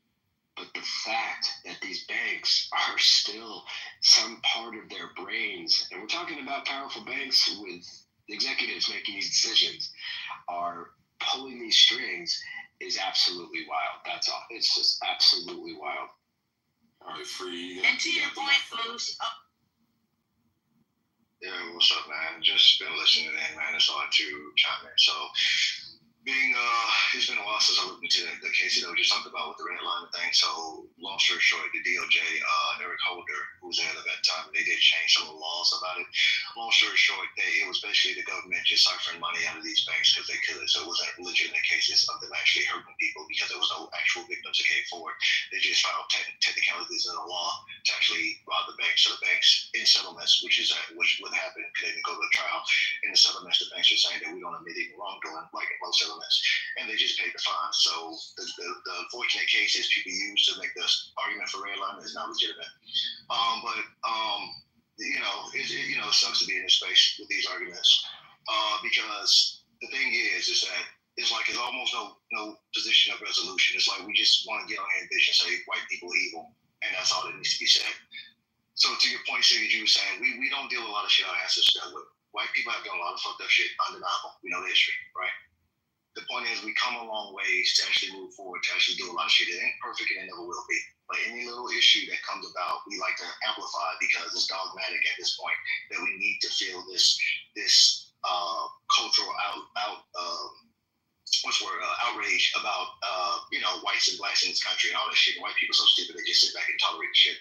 But the point is, most of the problems that used to exist doesn't exist. We changed laws, we got politicians in place, we done a lot of shit to be different than what we were. The culture that we live in today is nowhere near like it was before, but we're gonna keep pretending it is so we can keep having this conversation.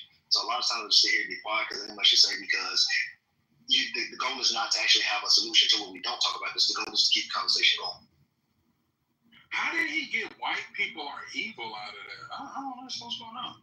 It was white people that just got on the stage talking about redlining, and you took that and made it white people are evil conversation. You caught that, King? That was wild. That was bizarre. Yeah, I can explain how. That's what it boils down to. Yeah, I know. Yeah. Free, real quick. Free, respectfully, you talked very quickly, so I think you said that, they paid out fines or they didn't go to court, so it really wasn't redlining. Can you explain that? How is that not redlining? I said a settlement. They paid out a settlement. They was fined. They were sued, and it's a settlement. So in redlining, you have to prove that it was actually redlining. When you settle, like as you know, most cases that happen like this, you don't go into details of what actually happened. That means the party agreed to resolve it by the settlement. There's not an issue of guilt. Correct, which means they can't sue again, and they don't go to court, and they can't press criminal charges. Correct. However, the fact that they settled it all and didn't just say, man, you're crazy, get out of here, we're Wells Fargo, you got nothing on us. They got caught, man, respectfully. They got not true. That's not how that works. They made a lesser deal, and they got caught. Wait, are you saying that Are you saying that redlining didn't happen?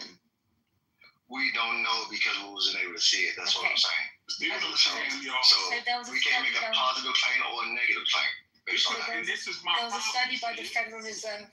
Sorry, there was a study by the Federal Reserve Bank of Chicago economists they conducted it in 2017 and found that redlining had persistent adverse impact on neighborhoods. I think he's talking about the Wells Fargo case specifically. I don't think he's denying redlining. Okay. The historical redlining. I think he's. Okay, thank you. That's why I was confused. Yeah.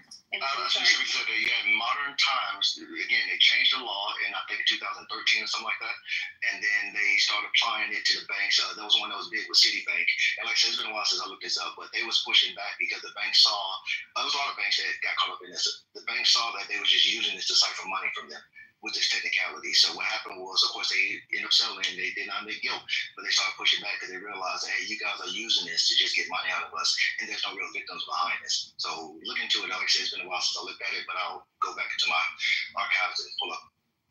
And this is why I don't think white people are evil now. Because white people watch the news and study their history. You know what I'm saying? See, white people get up here and say, this is exactly what happened, right? Then you got brothers who say, we think white people evil. What's going on right now? The white folks on the stage are acknowledging what happened to black people to keep black people in certain positions, right? So can I respond to you, Ken? I'm black and white, just to be clear. This is just my conservative disguise. My first photo. Okay, so you black? What? Jamaican black, British white. Okay, so shout out to Jamaican black, British white. So what I'm saying is, don't get history, y'all. That's all I'm saying. All I'm saying is we should know our history before we speak. There's downstream impacts of things, family. That's all I'm saying. See, Dr. Kaba said, knowing history is like a slingshot. The further back you go, the further forward you will propel. So I think that we have to study our history to not think that people are trying to pick on us. You know what I'm saying? There's downstream impact. Do you agree, see?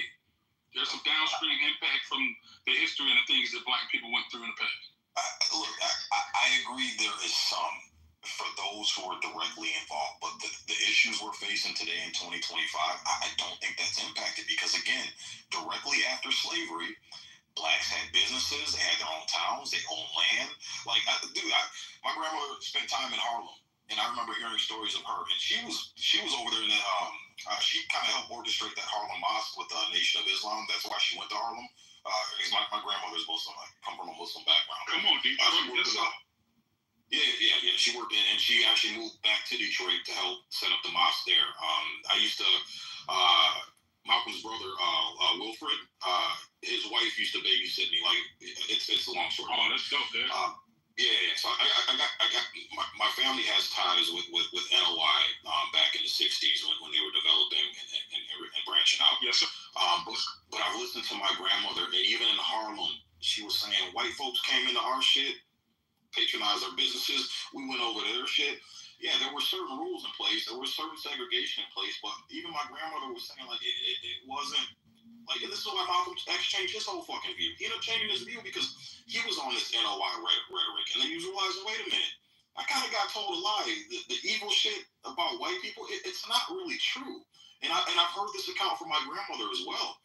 You know, so it's like, if I'm being 100% honest, King, and it's all about being honest. I'm not taking away from the history. I'm not taking away from the bullshit black people went through. If that's where you're getting or where you're taking from it, I'm telling you right now, that's not where I'm coming from. But what I'm saying is I've heard and listened and talked to black people that grew up in these areas who were directly affected by this. They even were saying it wasn't as bad as this generation was making it out to be based on the pseudo history and hyperbolic history that's being presented.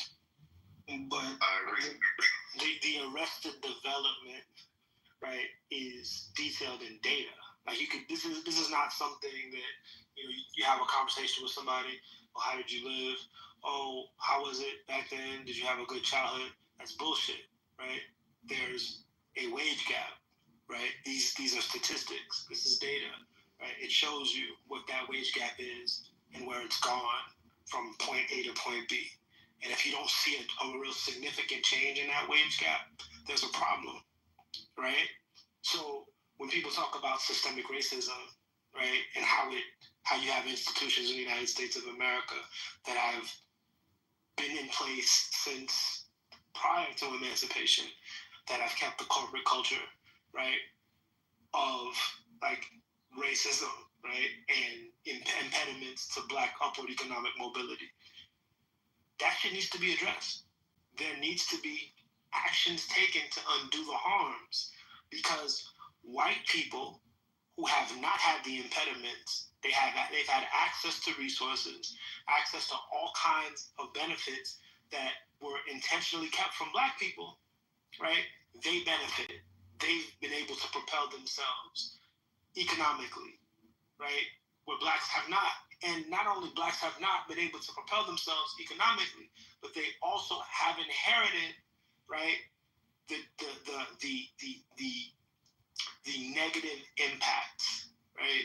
The negative impact of having people impoverished for multiple generations. So when you look around you and you see you have a higher probability or chance of having uncles, your father, your mother that have spent time in prison, right? These things, right, have a lot to do with that inherited poverty, right? Because you have a higher probability of ending up in these situations if you're impoverished. So you can't sit up here and say that what's happening now is totally in a vacuum. Word, and shout out to the brother, and I want to give it to my friend after that. But Sig said it wasn't as bad. And sometimes we make it seem worse than what it was. As I look at where I'm from in Montgomery, Alabama, there's a lynching memorial that's open. Says the magnitude of the killing is harrowing, all the more so when paired with circumstances of individual lynchings, some described in brief summaries, along with the Walt Parks Banks lynched in Mississippi in 1922 for carrying a photograph of a white woman. Caleb Gadley hanged in Kentucky in 1894 for walking behind the wife of his white employer. Mary Turner, who after denouncing her husband's lynching by a rampaging white mob was hung upside down, burned, and then sliced open so that her unborn child fell to the ground. Brother, it's that time is going along, and we're trying to live. But our ancestors went through a storm here, brother, and it was bad, family. Like I said, I'm from Montgomery, Alabama. It's a lynching museum. I want you to look these things up tonight, see? It ain't all peaches and cream, bro. That's all I'm saying. Can you coming from a point that I'm denying this? Look, I understand there's 4,000 documented lynchings. Over 4,000. Yeah, I know, King. I know. And again, I'm not coming from a place saying it did not happen or atrocities did not happen. I'm not denying that. For sure. I acknowledge that these horrible. Right. I acknowledge these horrible things happening, but King, is it possible that maybe some of this stuff is being is hyperbolic? And maybe being made worse than it was. Is there a possibility? Now, look, it's a possibility. Now, look at this. Is it a possibility that your upbringing in Detroit was better than you make it seem? You know how you told me when you was in Detroit? You get what I'm saying, bro? I cannot take away from your story, bro. And sometimes we're trying to water down the Black Holocaust to make other people feel comfortable. Let me ask you something. You got kids, right? I know you got a child, right? Yeah, you got a wife? Yeah, I got two. So you work hard, too. You're successful. If somebody robbed you tonight, took everything you own, you don't think that would affect your kids and your wife?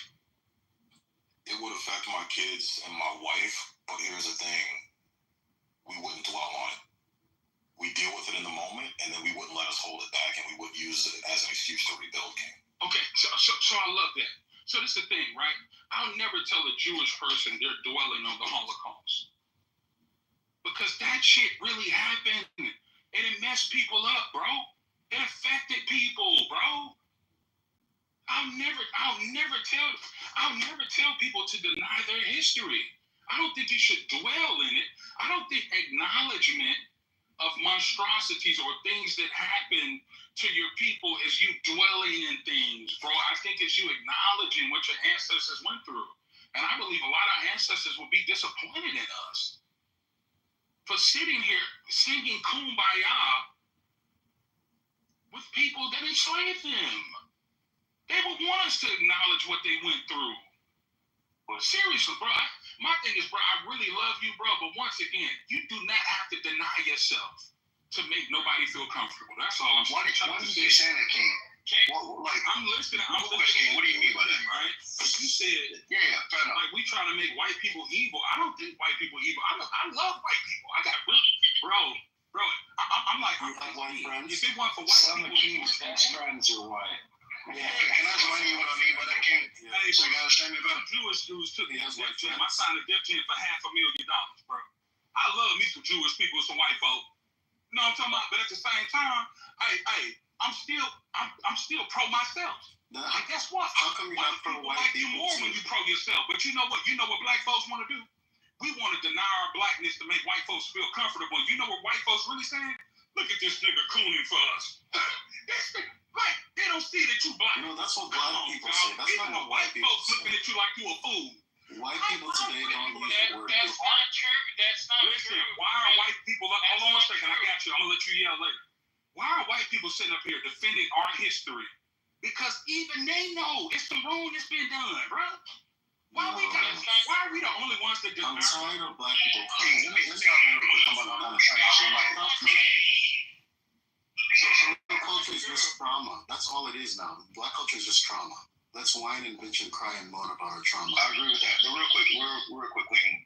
I'm sorry, King. The thing is, you keep saying we're denying the history. Nobody's denying the history. Nobody's omitting it. We're saying we're moving the fuck forward from it. We can't change the history. It is what it is. And if you, me, Sig, and a lot of other black people come on this app talk about how successful we are, then why the fuck we keep talking about the history when we tell people who are actually struggling? In fact, we do so good now that I don't need black people struggling. I need black people to talk about other black people struggling, which is so fucking crazy. But if we're doing...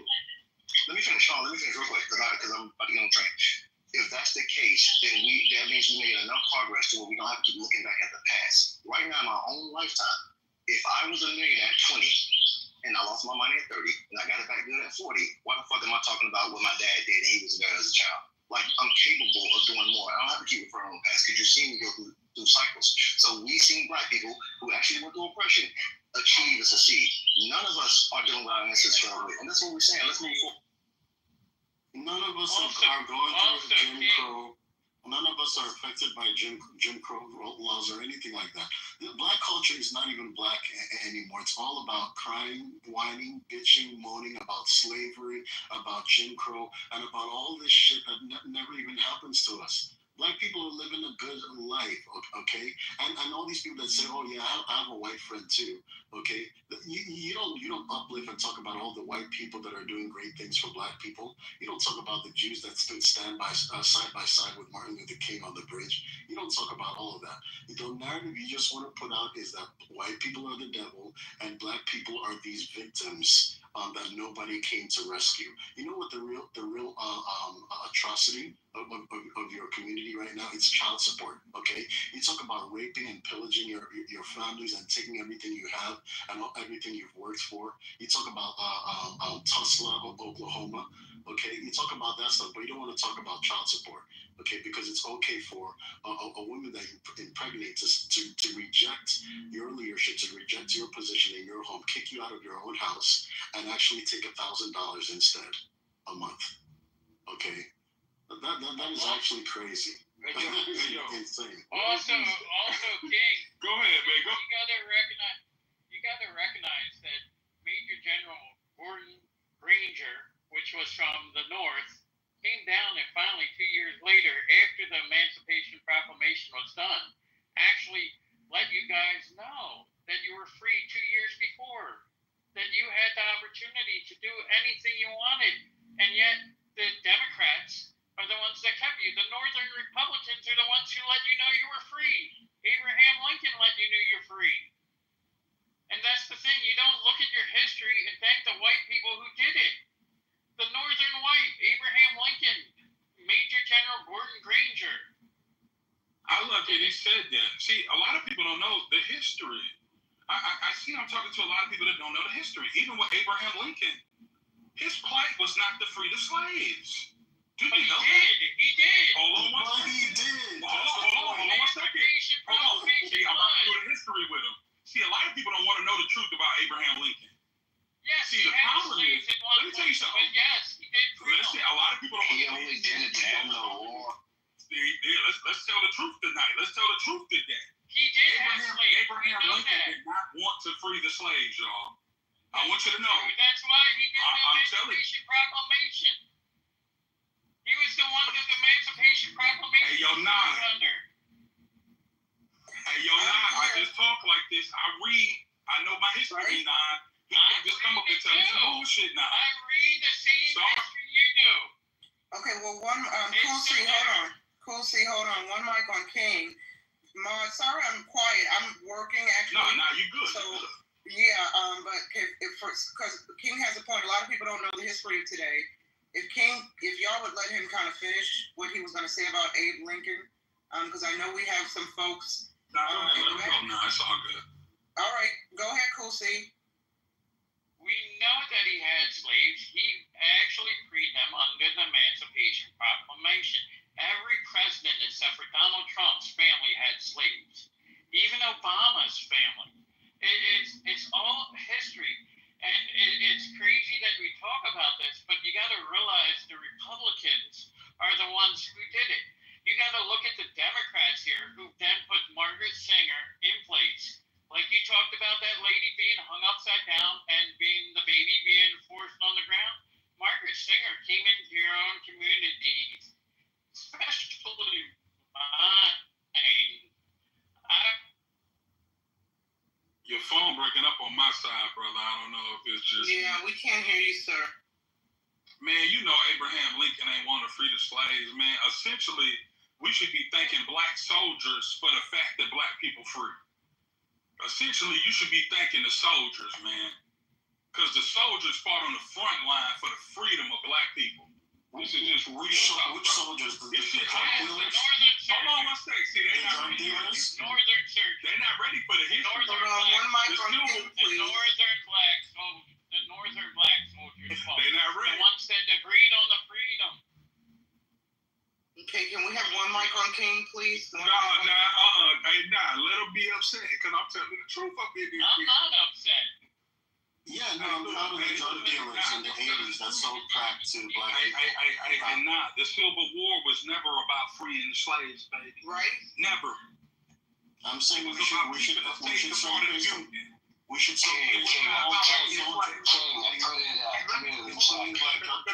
put your point in the chat. It was a decision to weaken the Union. It was not a moral decision to Kingston. And listen. When it come to seed and free, just Sorry, because we they can got a little slice. Hold on, Sorry, go ahead. No, it's all love. They go ahead, bro. Just because they got a little slice of pizza or something, a piece of American pie, they gonna act like they still ain't got family in the ghetto. Just the problem with black folk. We win a little bit, we forget about our people, bro. You know what I'm saying? And then my boy gonna talk about, hey, yo, I know about the Abraham Lincoln. He did not want to free black people. Let's talk about, not only didn't he want to free black people, you had to fight to free yourself. Because they were losing the Civil War. They were losing. Freedom niggas let them fight so they can fight for their own freedom. And guess what Abraham Lincoln wanted to do? He wanted to send all black people to Central America. Did you know that? I need you to look that up too. When he freed black people, he wanted to move us. You better look up your history, y'all. I'm telling you right now. Yeah. Hey, yo, I just talk like this. I know the history. Okay? So the brother now, he wants to make the Republican Party look so pretty. I got you. I'm not mad at Republicans or Democrats. The only reason why I can't be a Republican is because they'll say, pull yourself up by your bootstrap. Well, give me a boot, bitch. You paid reparations to everybody else. But a motherfucker, this is my problem. You say pull yourself up by your bootstrap, but you had the boot 400 years and still won't give us the boot. But you know what you'll give us? A holiday. Thank you. No holiday was given to you by the Democrats. One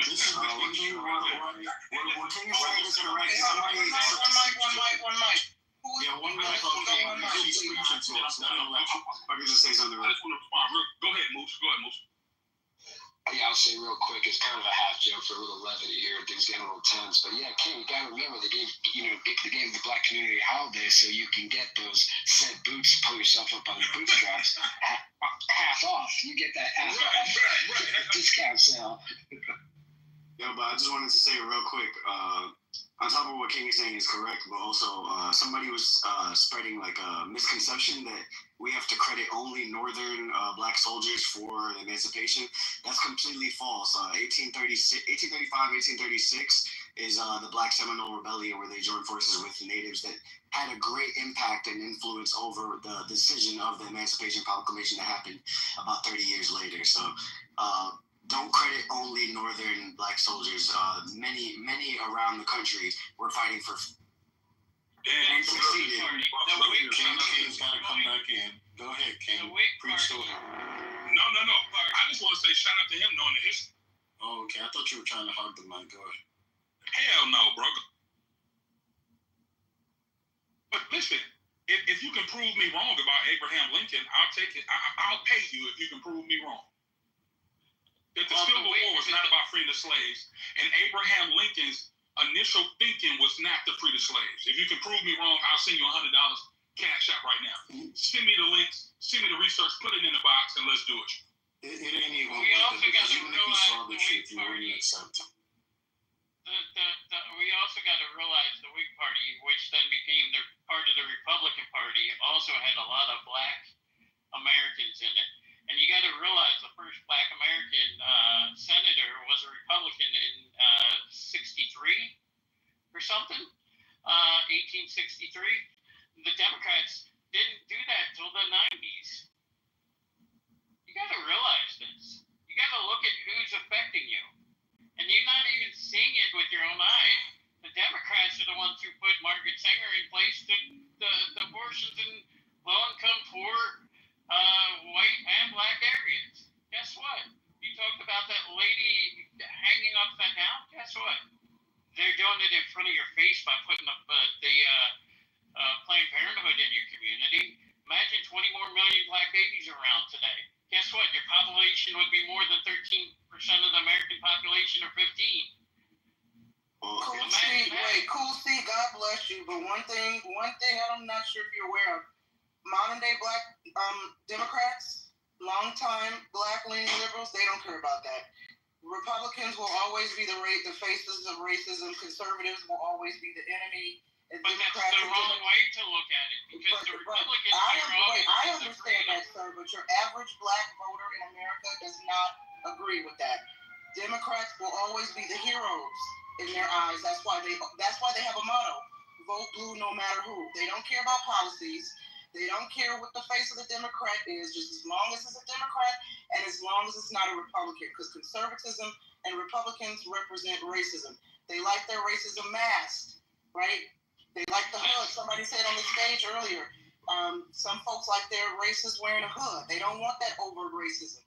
So despite the history of the Democratic and the Republican Party in America, your modern day black, left-leaning, liberal voter does not care. I mean, while there are many valid critiques on the Democrat Party and how they operate, I think that ruling out the entire party essentially just creates your own vote blue no matter who. It's just the red color now, because if you eliminate the viability of one of the only two parties, essentially you're saying there's only one correct choice every time around. So it wouldn't be much different than saying something like vote blue no matter who, if you're going to say something like all Democrats don't have your best interest. But real quick, if anybody's familiar with what's called the GEO Group, this is something in 2025. It's a prison company, right? They donated, they run ICE detainment facilities, and they donated over $600,000 to the MAGA Super PAC in 2024. That's modern day what Republicans are currently doing, and I want everybody to keep in mind that these are the prison companies that operate these detainment facilities. They get paid no matter how accurate the processing is for the inmates. So if they detain an American citizen and harass an American citizen, it doesn't matter. The money still counts green. Okay, I don't know what the purpose was. She never even said never vote Democrat. She said use your head. And see, this is the problem. Okay, black people are just so attached to their ideologies. They really need to fit in. They really need to prove that they're black enough. Okay, because of this identity crisis that they have. That they're so attached to being black and what other black people say. Because that's not true. But let me finish. They're so attached to being black that they can't even question their belief system and analyze and assess what actually works for them as individuals. That's the problem. Okay. No, he's 100% that's not true. No, I kind of agree with that, but I won't debate the man. I'm gonna tell you why I disagree now. Go ahead. Well, that's why you have black people who call other black people coons and sellouts and maggots. If I'm understanding this brother's point, right? But correct me if I'm wrong. That's why you have blacks who call other blacks coons and maggots and sellouts and and bedwenches if they don't subscribe to the same left-leaning or liberal-leaning ideology. So I mean, I don't know. I kind of agree with his point, but I got to take this call. Be right back. Hold on. These people are not just rolling back liberal policy. These people are rolling back policy that actually benefits black people, like objectively. When we talk about literature that showcases black history being pulled out of schools, that's harmful.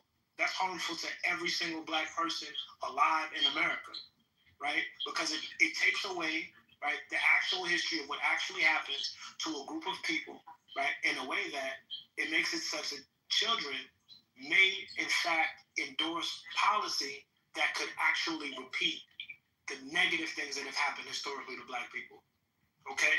This is not like, so when somebody says you're a MAGA, right, and you're supporting MAGA policy that's harmful to black people, and that makes you a caricature of blackness, right, that is ascribed to as coon or ascribed to as an Uncle Tom or what have you, there's context behind that. There's policy that impacts black life behind that. It's not just, oh, you believe in small government, right? Black people have believed in small government for a long period of time, and they were never addressed as such.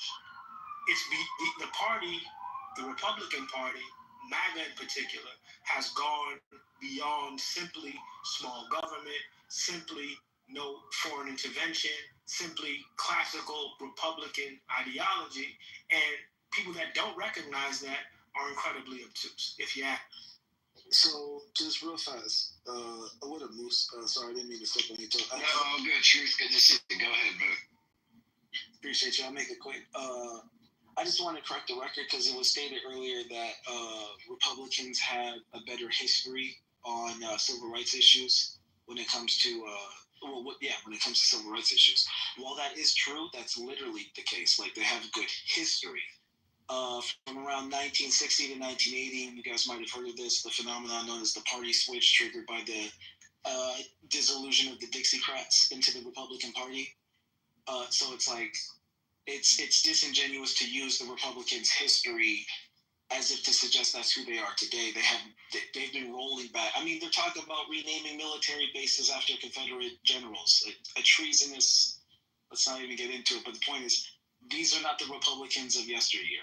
These are modern Republicans who are very racialized and use coded language, dog whistles, the Southern strategy. You know about it.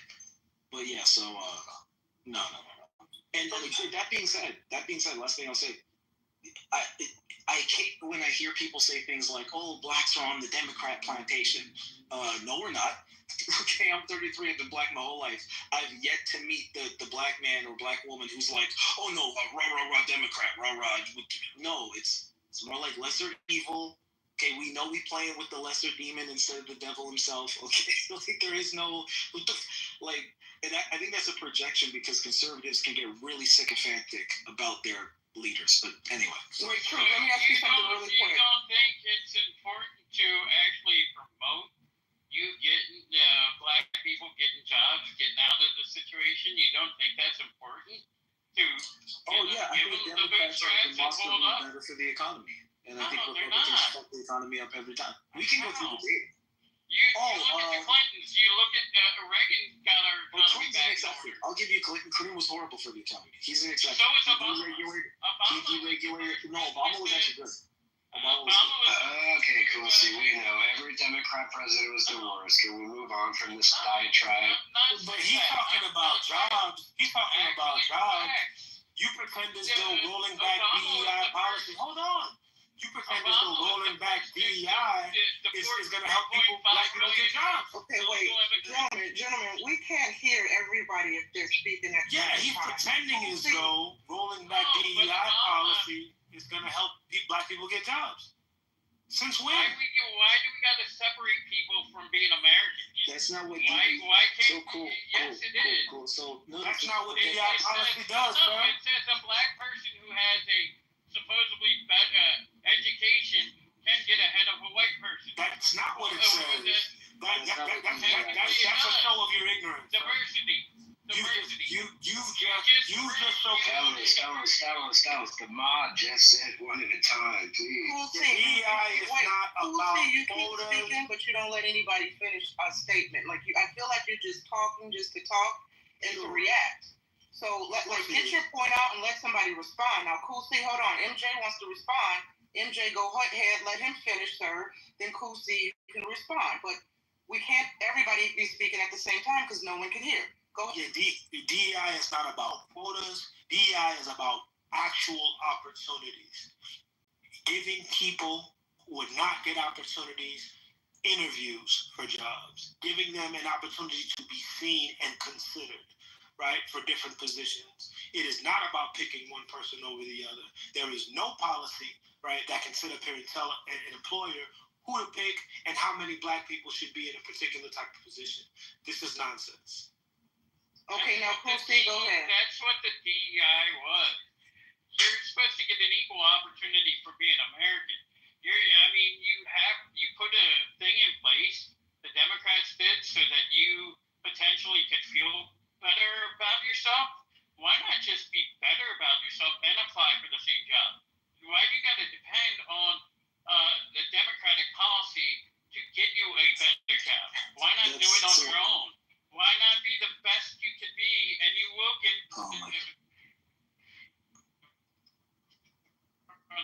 the right person? That's what a lot of these people. Okay, Truth, go ahead, Truth. I see you off mic. Go ahead. Thank you. Yeah, so cool. So you're unfortunately you're victim of a lot of propagandist talking points. If you do this right now as I speak. You can go to ChatGPT, you can go to Google or your favorite search engine, whatever, and just look into DEI.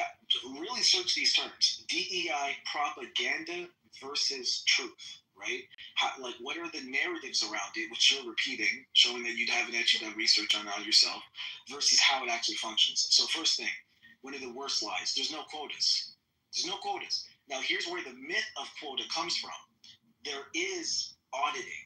So what happens is DEI is essentially an executive order that constitutes a set of procedures in which we can ensure that there are fair hiring practices. Now, realistically, the executive office is not about to finance the needle in the haystack for every single corporation trying to find the fucking racist. That doesn't even make any sense. So rather what they do instead is when we see you're employing 10,000 people and everybody's one gender, one race, one age range. Okay, that kind of flags. We'll do an audit.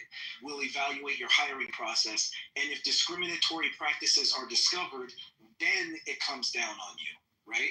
That's where the idea of quotas comes from, because people found out the ratio that saves you from being audited. That's literally it. Your idea of it being forced on them is ironically them trying to skirt the system so that they don't have to get flagged, because they probably are discriminatory, right? Also, just man-to-man, common sense to common sense, right? If I start a company, I'm probably hiring my brother and my cousins, right? If we're all the same race, and there's a history of another race being treated as a second class, when do they get a chance to even get a leg in? I always got a friend, I always got a brother, I always got a cousin, I always know a guy who knows a guy who knows a guy. What are the odds he's ever black? So even if you take racism out of it, if you want the system to give black people a fair chance, In other words, we're not saying give us a handout and hire some guy who's not qualified. We're saying there is a guy who's qualified. We can prove it, and that is demonstrable, and that will be a discriminatory hiring practice. Because if we can show, oh, here's a perfect black candidate, and you didn't hire him, why? Why didn't you hire him? We looked at his resume. We looked at his credentials. We looked at his qualifications. Why didn't you hire him? Oh, well, because he didn't fit the culture. Okay, you're racist. So, and that's how it's proven in court. This is not, what do you even think America becomes? A game of feelings? No, it's law, it's order, it's fucking legal document. You have to prove shit. Someone has to sign off on it. People are liable for these decisions. You know that's true, and that's how you should know that's a red flag when you start thinking like, oh man, they're forcing us to, what did you even imagine was happening? That like unqualified black people are like flooding into positions. Like what the fuck? Anyway. Hey, thank you, Truth. Shepherd? Is it Shepherd? Go ahead, sir. I didn't click on your PTR to see your full name. I just see Shep and WREC. So. Yeah, no worries. I just had a question. Do you think the pushback on DEI would be as great as it is right now if we hadn't moved over from like hard-coded kind of genetic breakdowns to preferential inclusion within the DEI kind of atmosphere? This is a question for hard-coded genetic breakdowns. Yeah, race, culture, female, male, as opposed to preferential.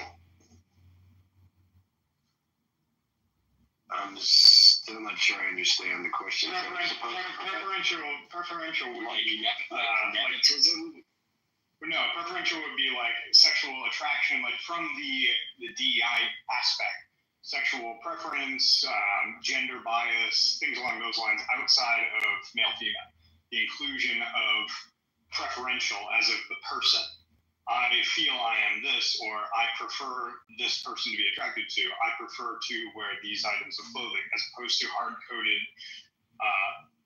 African American versus Asian American versus white versus those hard-coded genetic factors that prior to the past few years, the inclusion of other groups into the. If I'm understanding what you're saying, you're basically asking if the gender abolition movement played a role in the downfall of the marketing of DEI or the public perception of it. I think that's actually a pretty fair question because it's like realistically, if you just focus on DEI and minorities, I think that's more palatable. But once people start conceptualizing, oh, you got to hire this this gender non-conforming person, and that makes a lot of people in the country uncomfortable. I can see that. Realistically, though, I don't think that's how it was used, though. Because in my experience, how I've seen white Americans who are like super anti-DEI use it, they're always pointing out a black person and saying, look at that DEI. Anytime they see a black person who's incompetent, DEI. And it's like, it has nothing to do with queerness or any type of gender. I do see what you're getting at, but in practice, that's not how it's. No, they're not complaining about that. They're complaining about brown skin, and they're pissed. That's why brother, they're renaming the military bases after the Confederate generals. Can we stop with the charade? Can I also? I'm sorry. Go ahead. Nope. I'm sorry. I thought you were done. Yeah, now I want to respond to you too. Right on. Truth, go ahead, sir. I'm sorry. Go ahead, and I'll make a quick point, and then I was just going to say, it's like, this has never really been about the stated issue. It's always been about a deep desire to take back a cultural identity that they've lost, that's becoming outdated. And they've been mad since they lost the Civil War. They said that. So, this is a long game. You know, really quickly, I'm going to just chill right now on the DEI conversation simply because the narrative has long been that white women specifically are the main benefactors of DEI and affirmative action. Number one. Number two, I've been working since I'm 14. Now going to transition with my adult life when I moved to California and began working at the age of 21, primarily in corporate America. To the age I am now, my big ripe age at Generation X age, right? Without getting specific. Every job that I've ever held, white folks are the dominant presence in the office. They hold the CEO positions. They hold the executive positions. They do the hiring and firing. And my lifetime has proven the age-old theory: Black folks last hired, first fired.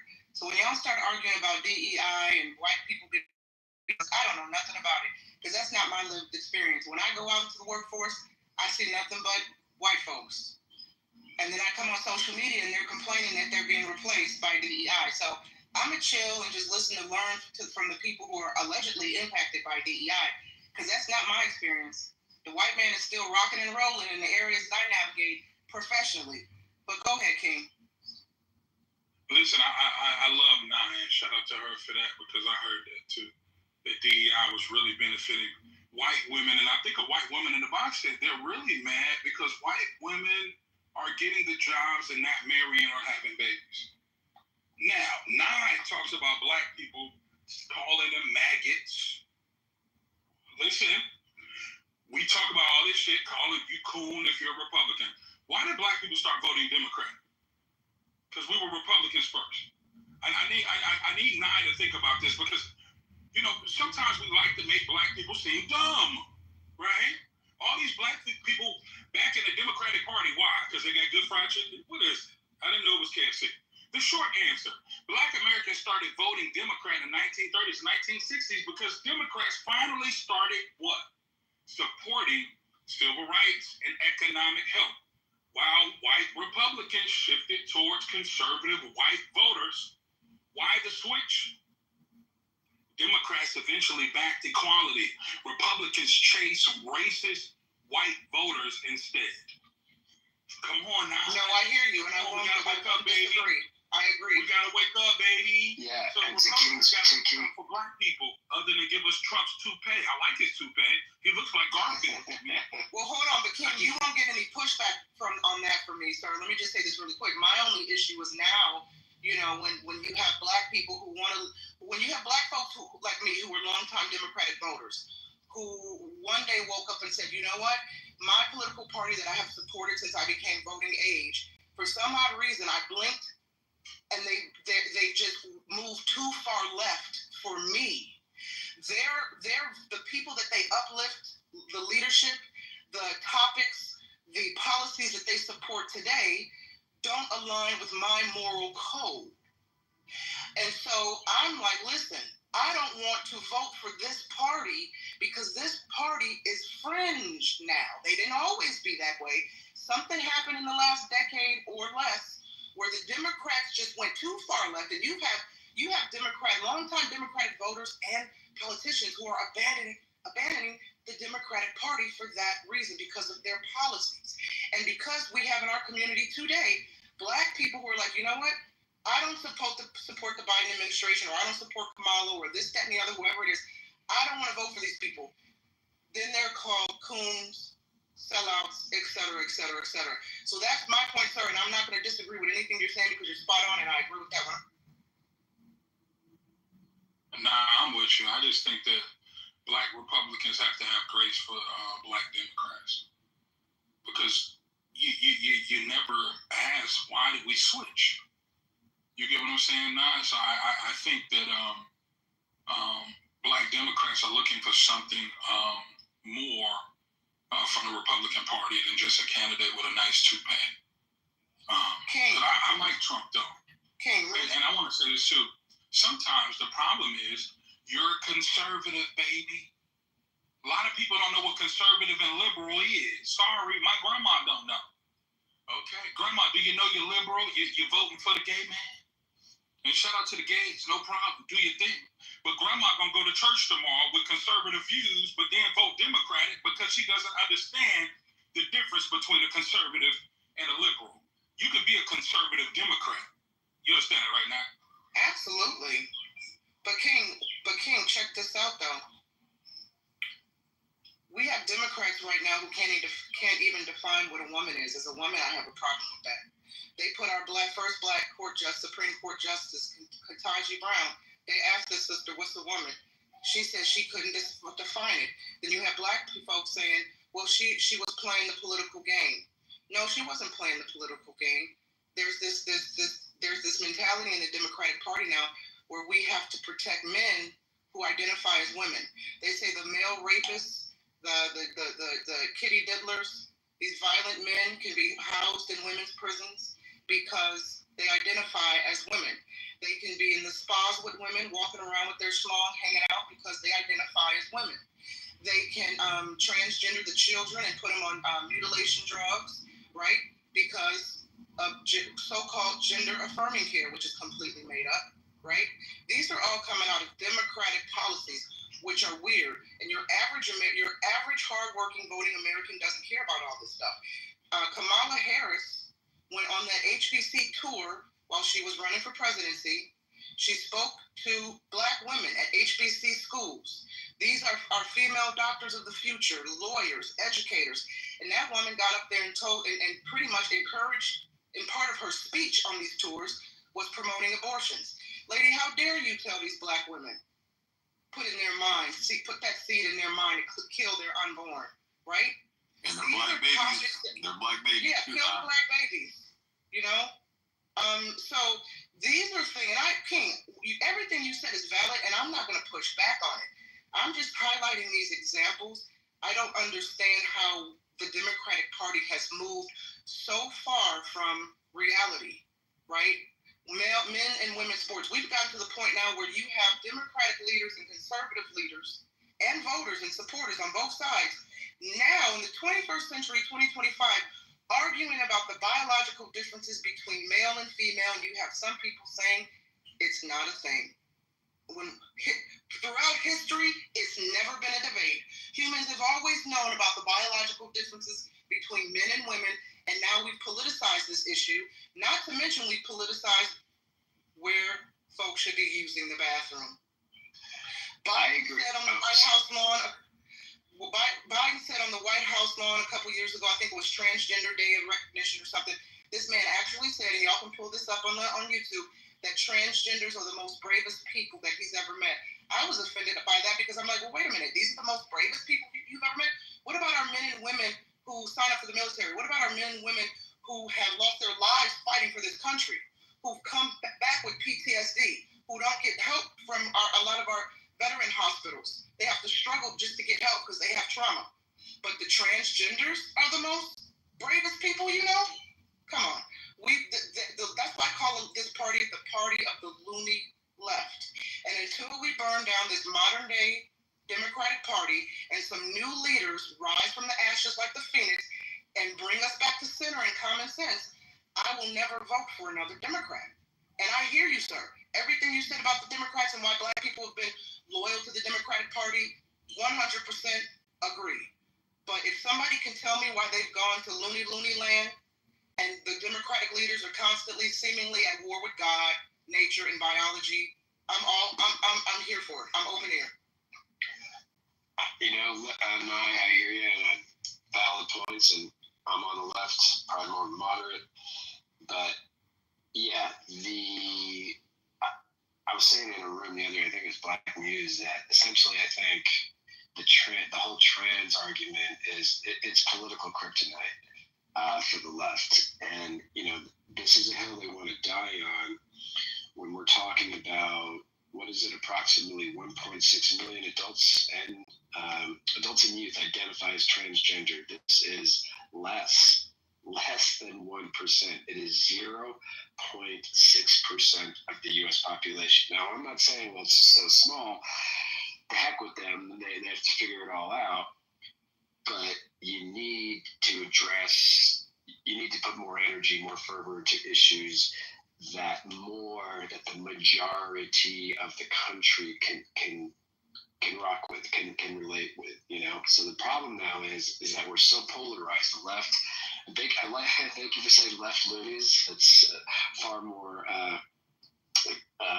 tolerable than what a lot of our friends in the chat like to do, is the infamous libtards. But here we are, right? Here we are with the left dying on that hill, and the right all about deportation,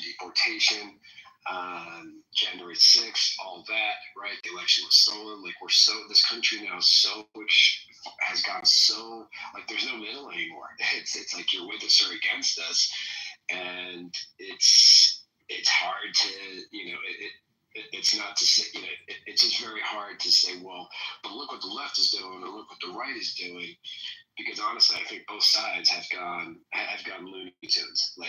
It's like we're at a place now where we are, like, people are getting jumped for political. And we're not even racist, like just for their political views, like at these rallies at, whether it's No King's Day, or whether it's January 6th, or whether it's the election in 2020 and all that. Like it's like, how did we get here? Like, have we been here the whole time and America has made its bed and this is where we're at? I don't know how we're gonna mend this wound that has divided us so deeply, but I think to say that it is all the left or it is all the right, without either side taking any accountability, is even crazier.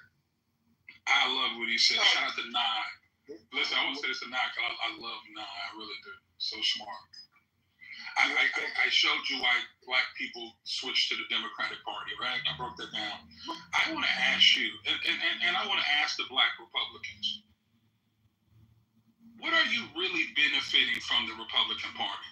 What are black people benefiting under Trump that they wouldn't benefit? Hold on, I got you. I understand.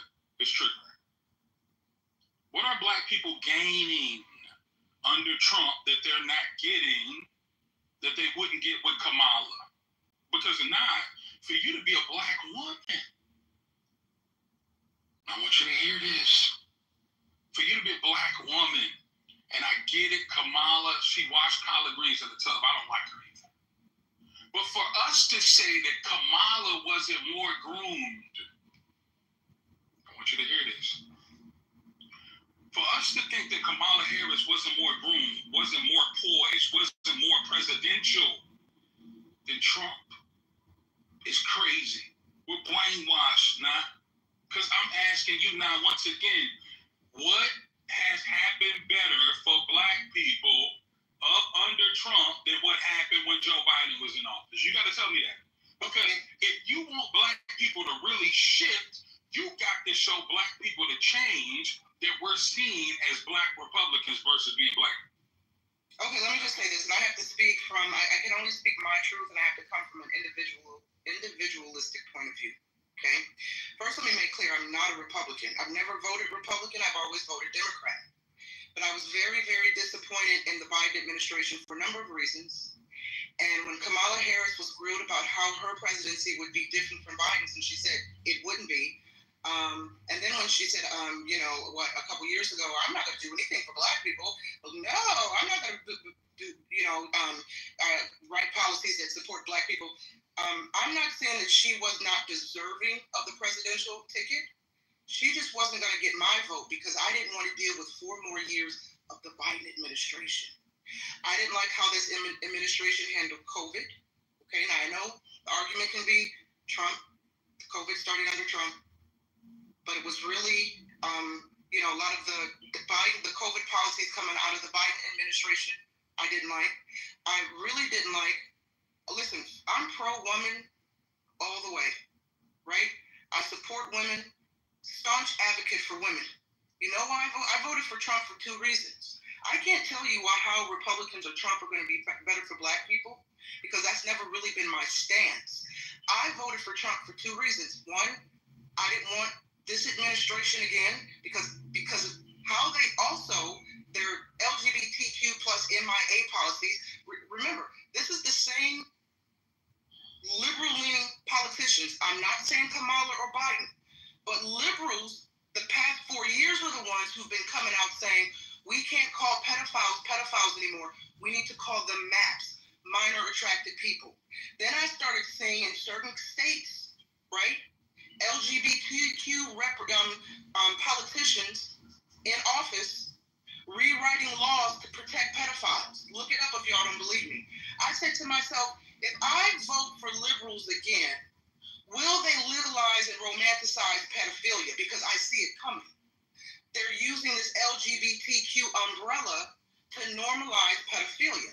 And again, I work in news, so I probably see things and read a lot of information that comes across my news desk that most people don't see. My vote for Trump was a vote against degeneracy, and hear me out. I'm not saying Republicans and conservatives are perfect, okay? I'm not saying that they don't have their own issues with PDFs, pedophiles, and all that stuff. But I wasn't going to take a chance on this administration with supporting more of anti-woman policies, right? I voted for Trump when Trump said, we're going to get men out of women's prisons. We're going to protect women's spaces. We're going to protect women's sports, right? Trump got my vote for primarily that reason. And because my vote for Trump was a vote against the loony liberals, i.e. Biden.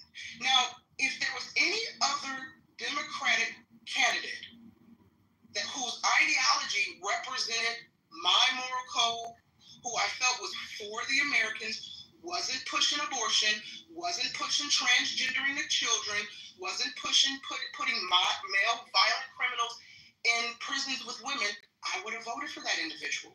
So, King, to land here, I can't say how Trump or Republicans would be better for Black folks because I've been a long-time Democratic voter.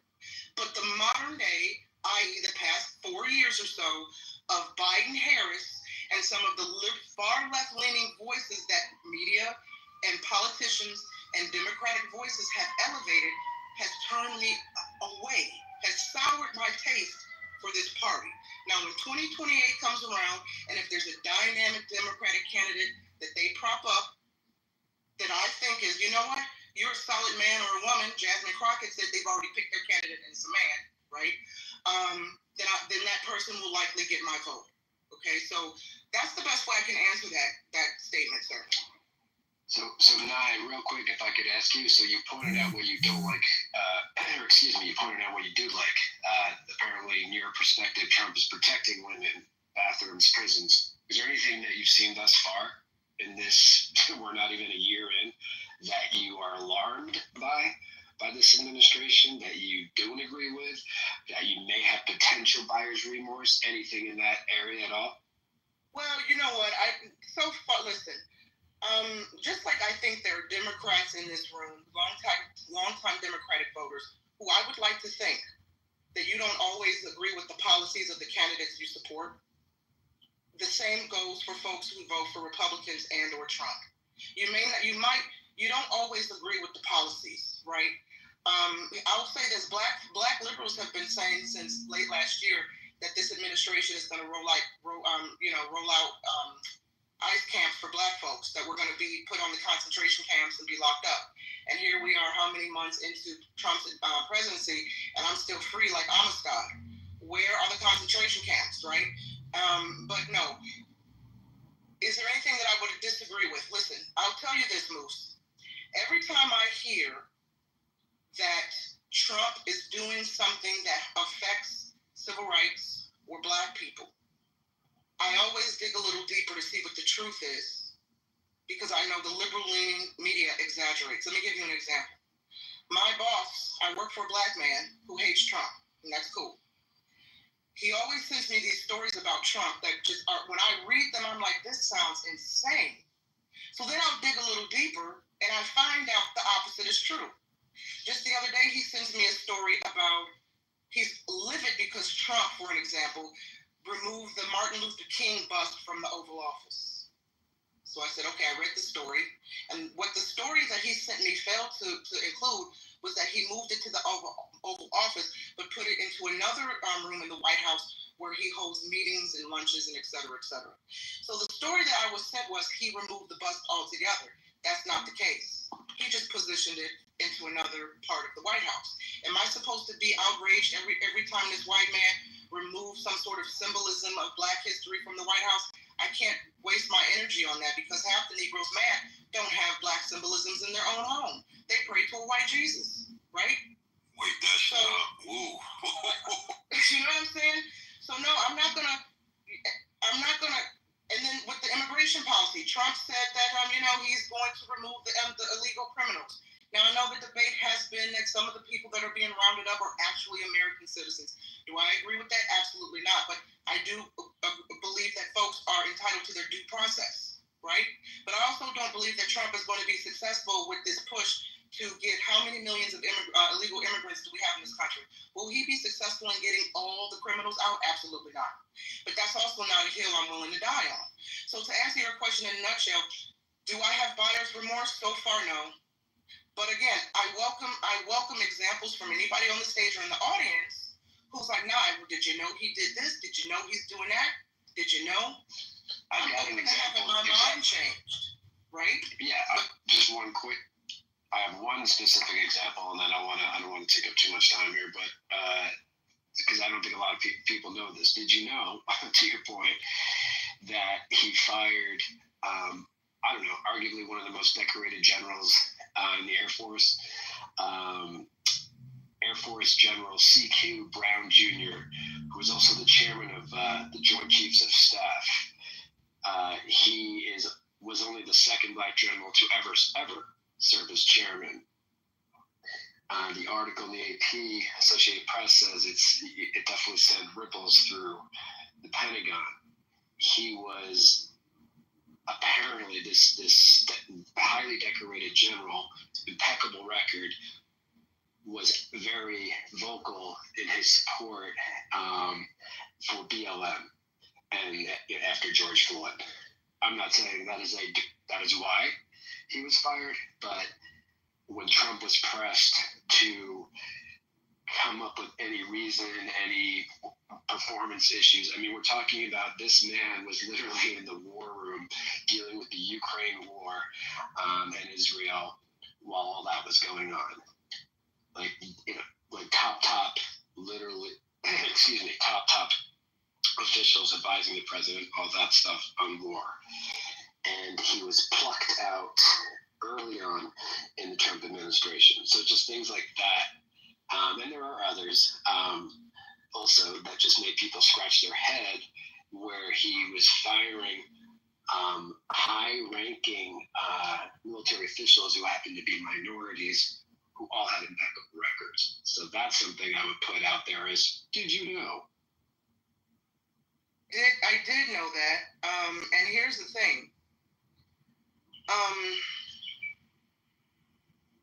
How can I say this? Because I don't want to say this as if I'm being dismissive to what you're saying, because I'm not. It is very concerning. It makes you scratch your head. But you know what really made me scratch my head? Really? When Biden won, was it the 2020 election? And everybody was like, oh, the election was stolen, et cetera, et cetera. And I see the article. I'm grabbing the link. Thank you. You know what Biden said? How many of y'all remember what Biden said during his victory speech? He thanked black women. He said, without black women, I wouldn't be here, and I promise you I'm going to take care of you. And that man went through 4 years and did absolutely nothing for black women. We got Juneteenth, and we got his policies. He told the schools, I'm going to hold back public schools. I'm going to hold back lunches and free lunches if you don't teach transgender ideology to the children. He gave us a black Supreme Court justice who couldn't even define what a woman is. We had a vice president who campaigned on aborting the babies, right? So these are it's like I have to pick and choose which narratives I'm going to exhaust my energy on. So I hear you, Moose, and it is disturbing. And I'm not going to defend Trump's move in doing that. I'm sure he had his reasons. And I'm not going to sit here on the stage and say Trump is perfect and Trump is white Jesus and he's my savior. No, I voted for Trump because he said F this TQ plus IA nonsense that is driving policies out of the liberals right now and is impacting women. And I know everybody's like, but he said grab him by the pussy. Okay, and the liberals said male rapists can be housed with women in prison. Like, where do we draw the line, ladies and gentlemen? If I have to go with the policies that are not going to push us completely to perversion, right? Trump is not perfect. Biden is not perfect. Kamala's not perfect.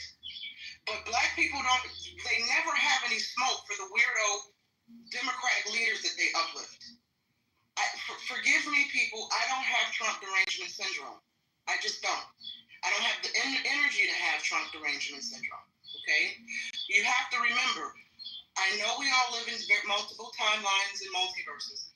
Nye McGee has already survived 4 years of Trump when he was the president, okay?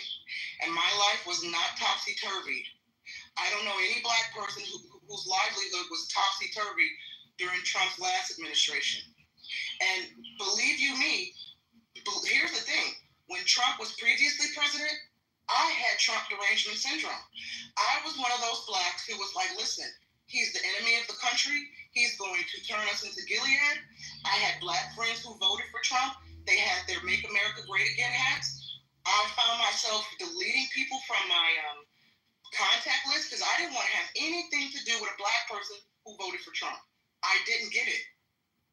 And then one day, I woke up. It was long after he was out of office. I said, wait a minute. Why did I have TDS?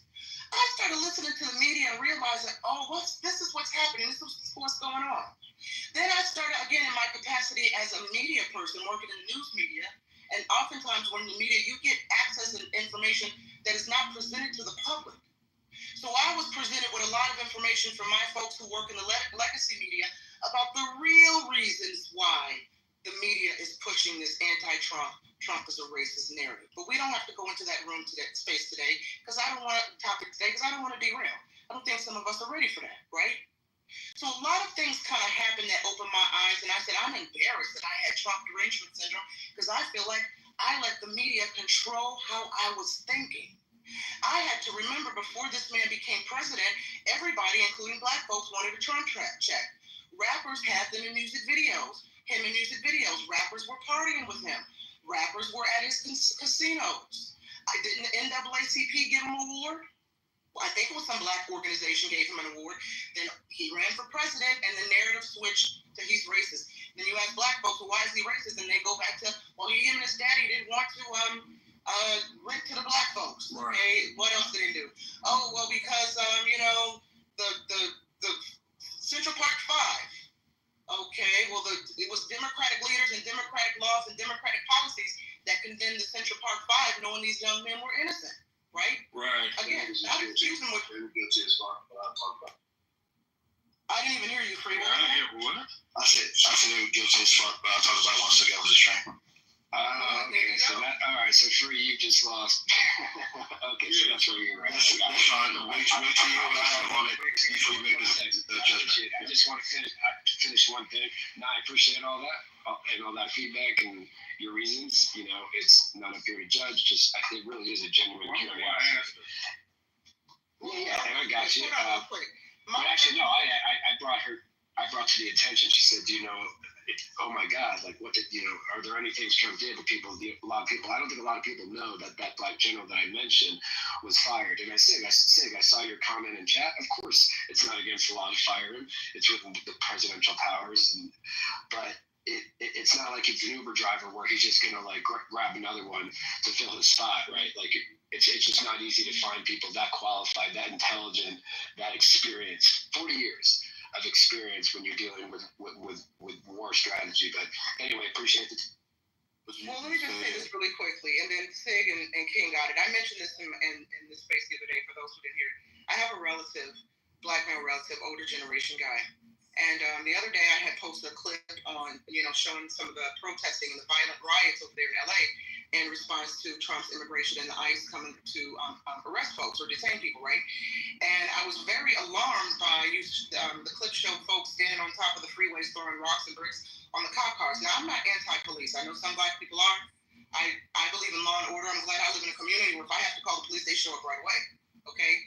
So I had posted this clip, and I'm like, man, this is really alarming. Folks are throwing rocks and bricks on the cop cars at the police's, officers' heads. This is insanity. My relative said, this is necessary when you're fighting the enemy.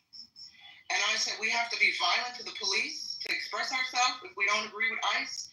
I said, if that's your stance, if you feel like you're fighting the enemy, he said, yeah, black and brown people can do this. I said, okay, well, if that's your stance, why were you so triggered by January 6th, right? Because a lot of those folks feel like they were fighting the enemy too. It understand because you're white. You're white-minded. I said, so let me get this straight. Black and brown people can be violent toward the police and destroy the communities because they're fighting their enemy. But if white people do what they can't, and he said yes, and I wouldn't understand that because I'm white and white-minded. This is what I'm up against, right? Yeah. So I'm sorry, Stephen King, for cutting you off. No, you're good, and it's absolutely correct, 100%. And King, another thing too is, Trump's not 100% perfect. I have some disappointments with Trump and some of his actions currently, but overall, when you talk about protecting human decency, and especially when it comes to the women, a lot of people don't understand this. The open borders policy, allowing all these illegals to flood in, not because they're illegals and we don't like them, but because when you open the gates like that, guess what? It opens up the gates as well for coyotes and these sexual human traffickers that are taking advantage of these little girls that are trying to cross the border. You know how many of these young girls are subjected to rape?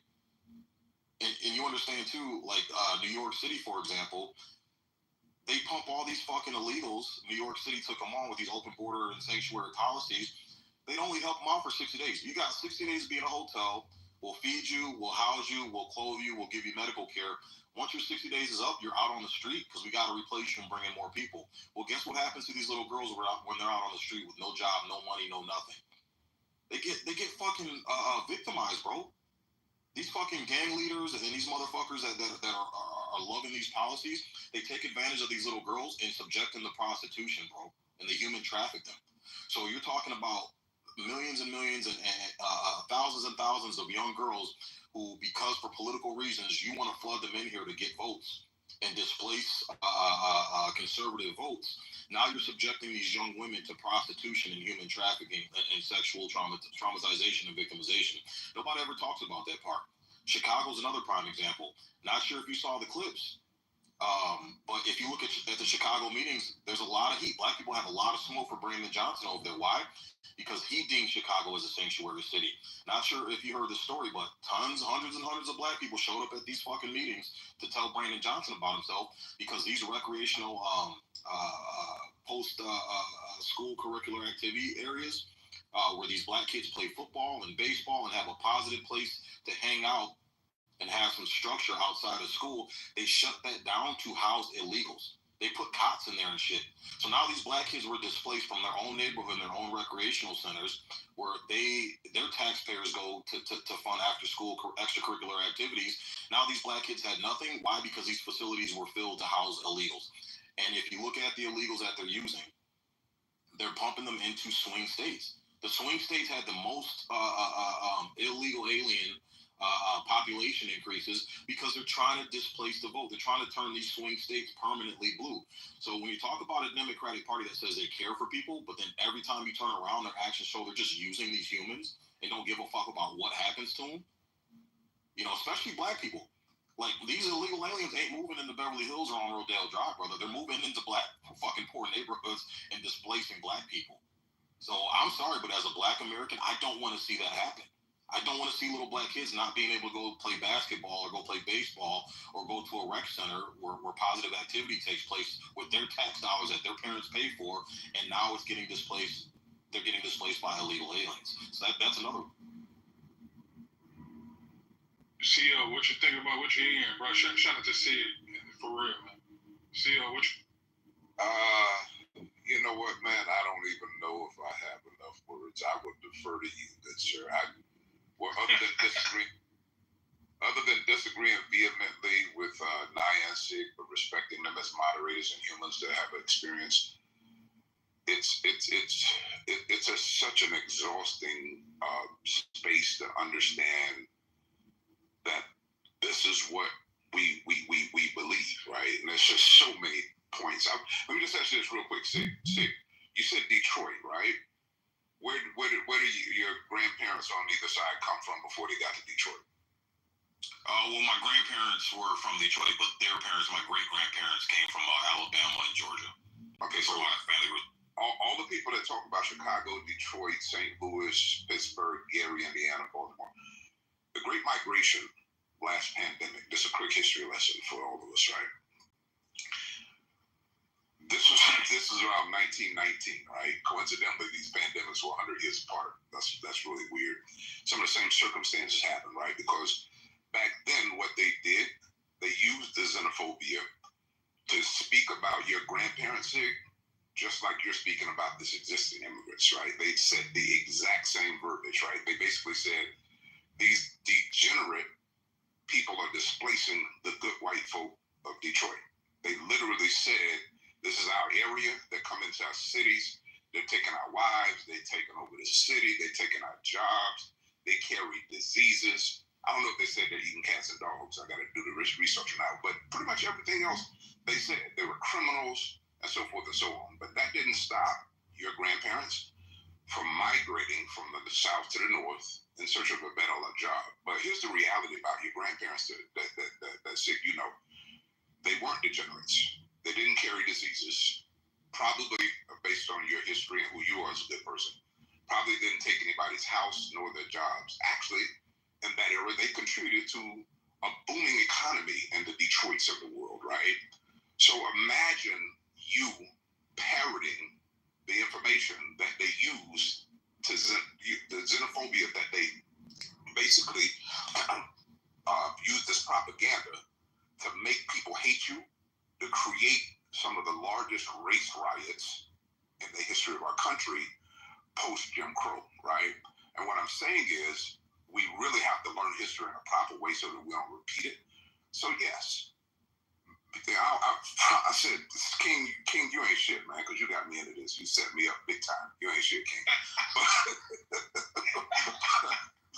But at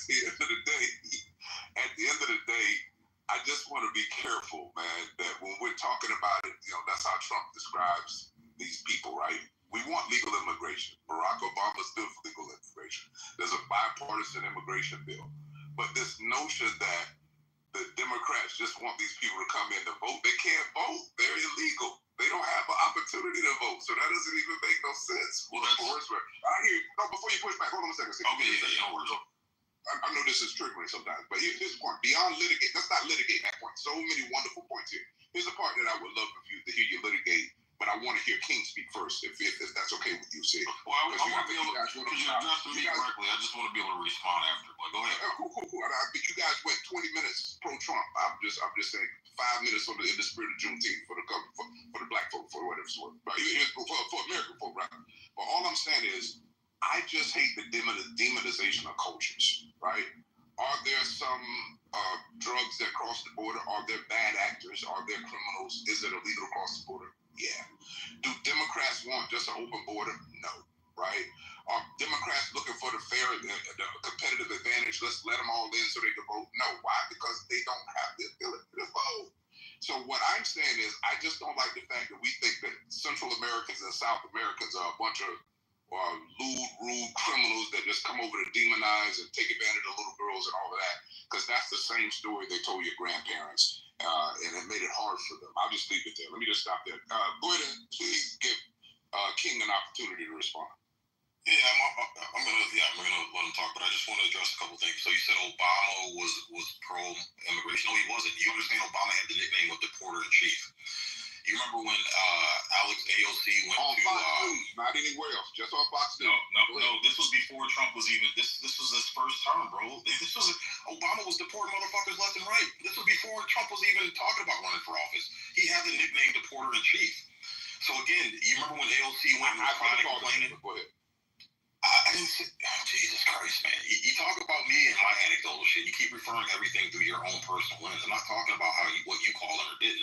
This is what the general public called him. This is a nickname that was coined to Obama before Trump was even a thought of being president. Your general public, not mine. This is the American general public. Deporter-in-chief was a nickname given to him by the general public because he was deporting motherfuckers left and right. And if you let me finish, when AOC was crying and whining about, kids in cages, who built those cages that Democrats were complaining about? Obama. Those were built under his administration because he was getting these fucking illegals out of here. And for you to present the notion that we're trying to say illegals are dirty and diseased, and your analogy is flawed. Talking about Americans who are actual American citizens migrating within the borders of America is not the same as outsiders who are not American citizens coming in across the border free. So that's number one. Secondly, the thing, you can look and see for yourself. Look at these meetings, these city meetings, Chicago city meetings. There's video clips all over the place with hundreds and hundreds of black people. Black people in Chicago are pissed off at Brandon Johnson because of this. And their number one complaint is that they are being displaced by the illegals because he made the official declaration of Chicago being a sanctuary city. So it's just not through my lens. And we've had several rooms over the years over this, where Chicagoans have actually come in and their boots on the ground actually in Chicago, and they're testifying to this shit, that yes, they're pumping Chicago full of illegals, and they're displacing black folks. We have people from Chicago even testifying that yes, the recreational facilities that were built for black Chicago kids to have extracurricular activities, they were shut down and now filled with cots and beds for the illegals that were coming in because of what Brandon Johnson did. And millions of dollars. Brandon Johnson just tried to take out a $30 million loan for the city of Chicago to allocate to the illegals, and black people showed up in record numbers to these city meetings because they were pissed off because their taxes are going to get raised, and their taxes essentially going to have to pay back that loan that is going solely to these illegals and not going to the black residents that live there in Chicago. So this is, the things that you're saying, CO, this is part of what Nara was talking about. The things that you're saying are just absolutely not true, and there's abundance of objective evidence out there that people can see with their own eyes for themselves. Let me just do this. Thank you so for the civil discourse. Let me just say this really quick, right? One, right? You said that it's incorrect to compare illegals from a foreign country to illegals within the country.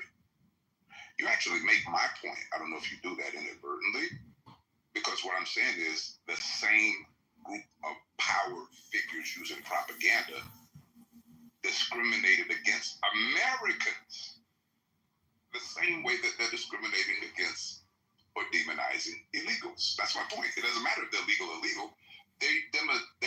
Your grandparents were American, but they still called them by the same names because the goal was not necessarily to embrace their American citizenship, but rather to keep them out of their neighborhoods. That's the point I was making, just in case you missed that. So what I'm saying is, it's the same exact thing, right? It should be easier for Americans, but back then it was not easy. It was just as bad, if not worse, for American migrants from the South to the North. They treated them just as bad, if not worse, than they did the illegals nowadays. So you're using the same racial language that they use to discriminate against your grandparents. That's a fact, right? That's not a theory. That's not conjecture. We can do the research on that part, right? I'll just stop there and move it over to. Well, I think there was one other point that you make within using a facility. I have rental properties in Chicago. You just have the history wrong. I'll send some articles so we don't have to waste the stage time. The understanding that you have of how dollars are spent for illegals is different. And making the case that because black people have been, incentivized to join against this, you're replacing us theory, I agree with you. There are a lot of black people, to some extent, that don't understand the history of this language in the country and how bad it is for the country. King, would you please add your point now that you set me up, because I wouldn't plan on speaking. Okay, for sure. And shout out to Rosalind. I want to let everybody get in there. So for me, I'm gonna tell you why I didn't respond, CO. There's a quote that says, "A good architect knows his job is done, not when there's nothing left to add, but when there's nothing left to take away." Once I heard Nye and Sig begin to defend Trump and the Republican Party, and never tell me the benefit that black people got from voting for Trump or being a Republican, I was done with the conversation right there. See, I'll be honest with you, brother. But King, I said I couldn't defend that because I'm not a lifelong Thank you. That's what I'm saying. Republican. What I'm saying is, I love you for real, but you went on a long soliloquy, and your voice is so beautiful. I mean, it sounded like Sade to me. I almost fell in love. But it's smooth operator. There you go. So that's a smooth operator. But it didn't make me feel like black people were dumb per se for sticking to the Democratic Party. We said again, the short answer, black Americans started voting Democrat in the 1930s, 1960s because Democrats finally started supporting civil rights and economic help, while Republicans shifted towards conservative white voters. Why the switch? Democrats eventually backed equality. Republicans chased racist white voters instead. Right now, so Cole, after I said that, and she said what she said, bro, I didn't have nothing to say because I just don't see the benefit of black people switching to the Republican Party, and I don't believe her or Sig had great arguments or statements that were convincing enough to make black Americans switch over to the Republican Party. But wait, brother, you do understand? My position was not to convince black people to switch over to the Republican Party. But that was the question. I'm not a Republican. Well, you know that was the question I asked you though. But I said that in my answer though. Okay, and what I'm saying is, even with your position and the soliloquy you went on, it was just all over the place. I think you're grasping for straws. I think the majority of people voted for Trump because they were personality voting. I don't like Kamala, but you're not going to convince me that Kamala's not a better speaker or more presidential person than Donald Trump. But she advocates for killing black people. She advocates for killing black babies. One mic. Can I just say this? King, can I say this in response? King, I absolutely adore you. Okay, I really do. And here's the thing. I want to make this clear. I am not a Republican. I was not attempting to defend Trump. I was defending my vote for Trump because it was anti-Biden and Harris. If we had a Democratic president on that ticket that was someone other than Kamala, and I'm not taking from Kamala's her career credits. I'm not saying she wasn't deserving, but when I have a woman who's advocating for abortion, when I have policies that coming out of liberal leaders that can't define what a woman is, that wants to mutilate children through gender ideology, and when I have my community saying to me, you gotta vote because our people died for the right to vote, and if you don't vote, you're this, that, and the other. Then I said, because many of us in our community say, well, it's the lesser of two evils. I said, my vote for Trump is a vote against this loony liberal ideology. I'm not pro-Trump, but because I wanted to vote in this election, I voted against the degenerate policies that I feel were coming out of the liberal leadership. That does not mean I'm trying to convince black people to be Republican. You asked me to explain how the Republicans have benefited black folks, how Trump could benefit black folks. I made it perfectly clear. I can't say that because I'm not a Republican voter. I'm not a lifelong Republican supporter, right? So you can call it a soliloquy, sir, but it's really not as deep as some in the room may think. I'm pro-woman, and if I'm not voting for any politician who cannot define what a woman is and who wants to put violent male criminals in prisons with women. Quick question. I know there's other new folks on the stage. Super quick question. So you said that you are open to a Democratic candidate into the next election who, is more aligned to the main points that you've repeatedly outlined.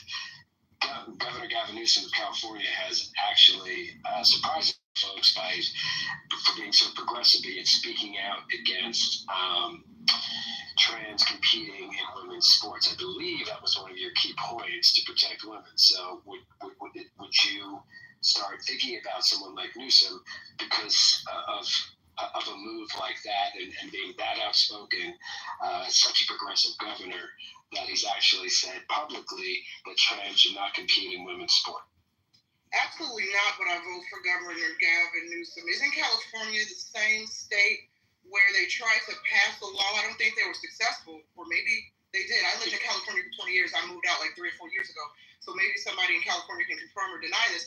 But I remember reading reports that California lawmakers were trying to pass a law that would remove children from their homes if the parents did not co-sign the gender ideology. Isn't California the state that tried to pass laws where teachers, to protect teachers who wanted to protect trans kids, if trans kids wanted to go get the, what do they call it, the sexual reassignment pills and medication and all that stuff, teachers don't have to tell the parents. If the minors came to the teachers and said, listen, I want to change my gender, help me go to the doctor to get the pills that I me to change my gender. You know, the estrogen pills, the testosterone pills. If I want to use, don't use my dead name in school. Wasn't California trying to pass laws to protect teachers' rights to keep parents in the dark on what was happening with their LGBTQ kids? So, no, I think Gavin Newsom is a fraud and a freak and a pervert. Absolutely not. Hey, Mike, really quickly, though. Gavin Newsom doesn't have laws. He's the governor. He would sign laws. And he does manipulate. Well, hold on a second, bro. But I'm just saying, she said California, and then Gavin. I said California lawmakers, right? And doesn't the buck stop at the governor, though? Okay, so I'm asking you, did he sign a law based on what you Sir, respectfully, I did say someone in the room would have to confirm if the law was passed or not, because I remember reading about it. That's what I stated. So I don't know if he signed the law, but I know the lawmakers, the politicians, were trying to get that law passed. I don't know if they were successful, which I did state that. And I said somebody in this room, if they live in the state, would have to can I say something right there? You've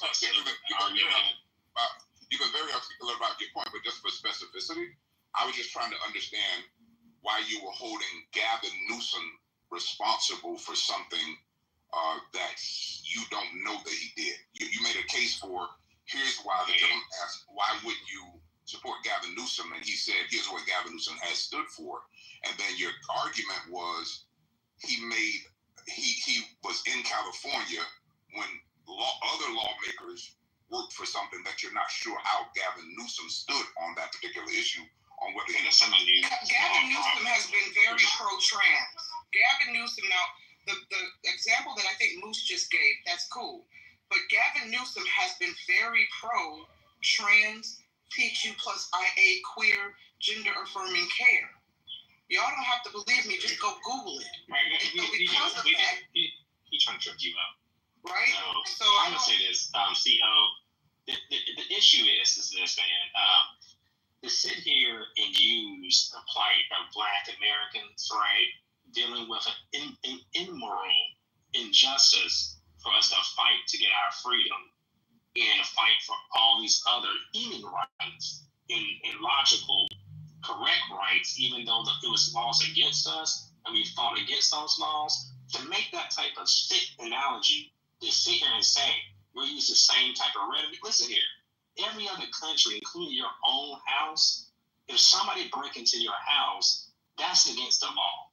And it is a moral law, right? That nobody should be able to break into your house. Nobody should be able to break into your country. It's against the law, and it's morally correct as well. But it's immorally correct to have Jim Crow laws and slavery. So stop using Black Americans as like a pawn. When you don't use Native Americans, why don't you ask Native Americans how they feel about somebody breaking in their house? But you see, nobody said a peep word about using their plight as a way. I'm pretty sure they don't want their country, the country they used to have, flooded in with other people too as well.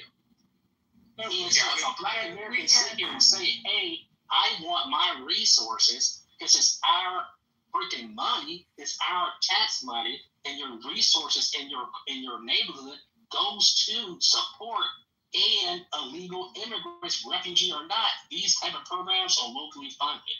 That's why in Chicago and Illinois is in a $2.5 million debt because of this crisis. It takes the right away and the voice away from the Black Americans to say, hey, we want this. When Biden and Kamala got elected, they never said on the campaign trail, we're going to let in millions upon millions, give them complete funding from your money. No, they said we're going to help you with COVID-19. I didn't even vote for them or Donald Trump, but to sit here and tell these blatant, disrespectful lies about these type. Wait, hold on, wait a second. I'll let you speak. All right, these voters, hold on, brother. I'm down to 10 seconds. They have voters that they don't talk about. He's a mob. Respect the mob, Nathan. Respect the mob. Yeah, hey Nathan, I was just trying to ask for clarity because you were going on and on. Just give me the what I don't understand the disrespectful lies that you're talking about. Just give me, can you say that in a real short thing? When a person say things right and say, man, see, I love you, right, and then you see them burning out your house, right? So it's two things. That's what's happening. They speak whatever type of game, but the results are in from the Democrat Party. I don't care about abortion. Go have an abortion, but there have been 28 million black abortions since 1972. Our neighborhoods have been pretty much dilapidated and neglected, right? Then the illegals they bring in gets developed in our neighborhoods, right? The fentanyl, all these drugs since 30 plus years. I'm looking at the end result. Can you hear my voice? Yes, but you hear my voice? I was just saying, you didn't answer my question for clarity, but you've made, I think, the same point. I think you said that you don't like illegal immigration. You told me the Democrats' position on it. You don't like immigration. You don't like abortion. And then you think that the Democrat has some hypocrisy. Okay, thank you for your contribution, Nation. Moose, were you saying something? And we want to give it to Rosalind. No, I'm good. I was just wondering why he wasn't respecting the mods when that's all. But I want you got new voices on stage. No, go ahead, Moose. Thank you, though. But we definitely got beautiful sisters up here. Rosalind got. No. I appreciate you, King. I yield my time. Yo, Moose, you shouldn't yield your time, brother. You got a lot to say. I love it. Hey, Rosalind, we'll go to you and then we'll come back to Moose. Rosalind, did you have a voice or something to add? Sure. So many points have been made. It's hard to know where to start. I'll just make one small point, is that we seem to forget that the immigration crisis has been a crisis for 30 years. And so wherever that crisis lands, it's an overwhelming crisis for the government. And what happened is, wherever the immigrants go, it's overwhelming for the city to deal with it. It's overwhelming whether they're in Texas or whether they get bused to Chicago. And so it's overwhelming for that mayor to deal with it. So it's a crisis, right? They got bused from Mayor Abbott sent them, or Governor Abbott, isn't it Governor Abbott in Texas? He sent them to the Democratic cities, to the sanctuary cities, to cause havoc, which it did. And the mayor was scrambling to do the best he could because it was cold, and he couldn't have the people just out on the street just because they're human beings. And of course, it aggravated the Black community because that was the only place he could put them. And it busted the budgets. And that was what happened. So let's be realistic here. Rosalind, I got a question for you, Rosalind. I got a quick question based on your logic you just presented. If my intention are to help feed homeless people, and I go around the streets and hand out cards with my address, and I say, hey, if you're hungry, here's a place you can come, have shelter and eat. And I only hand it out to 5 homeless people, but then they start telling their friends and start telling their friends and start telling their friends, because I've literally opened up my home to help homeless people. Next thing you know, I got 500 people show up to my door looking for shelter and food. Whose fault is that? Is that my fault or is that their fault? Obviously, I like that analogy. Okay, let's change that. This is a government and a country, not a home, okay? So let's look at that, right? And that's exactly what happened. It's a country and a city being overwhelmed by human beings. So what would you do? You would try to scramble to keep as many of them alive as you could, right? And that's what the government is doing. That's what the mayor was forced to do. No, you're missing my point, Rosalind. So the thing is, as a mayor, you should understand what your budget is for your city and how many residents you can accommodate. When you make the declaration that we are a sanctuary city, you have opened up the floodgates to start sending people in. Like I don't like how people would try to blame Governor Abbott. Governor Abbott, since day one, has said we don't want them here. there's a process. There's laws in place for them to come through legally, but just to pile over, we don't want them here, and we're using Texas taxpayer dollars to handle this problem. So when you have other cities, other mayors criticizing Governor Abbott, saying, "Oh, well, you know, you're xenophobic and you're racist and you're this and that," we're a sanctuary city. We love the illegals. We want to help them out. This and that. It's common sense to say, okay, hey, I've always been on my square since day one that I don't want them here, but if you're declaring that you want them there, then fine, we'll send them over to you and you can handle it. That's exactly what happened. So what happened is Mayor Adams in New York and Mayor Johnson, they wrote a check that their city couldn't cash, and it ended up backfiring on them. And in response to that, what I mentioned earlier, Rosalind, is that if we're going to say we care about these people so much, then we don't put them in a situation where we can only temporarily house them knowingly ahead of time for 60 days, and then we kick them out on the street to, again, where these young women are being taken up by these fucking coyotes and forced illegally against their own will into prostitution in order to make money because they have nowhere else to fucking turn.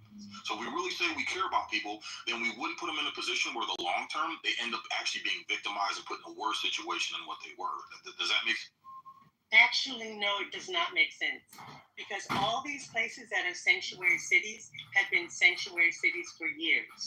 So no, that mayor did not all of a sudden declare that, oh, we're a sanctuary city. We have all been sanctuary cities for a long, long time. And like I said before, the immigration problem has been ongoing. And one of the reasons that Obama was deporting people is because he was trying to get the immigration bill passed. So it was a good faith effort. So what he did was, he did it correctly, right? He let people go through the process, and he was deporting people who had earned deportation, who were criminals. Like if they had gotten crimes, he was deporting them. So they had gone through a process. He wasn't just snatching up any old body and deporting them like Trump is doing. That's why it wasn't chaotic.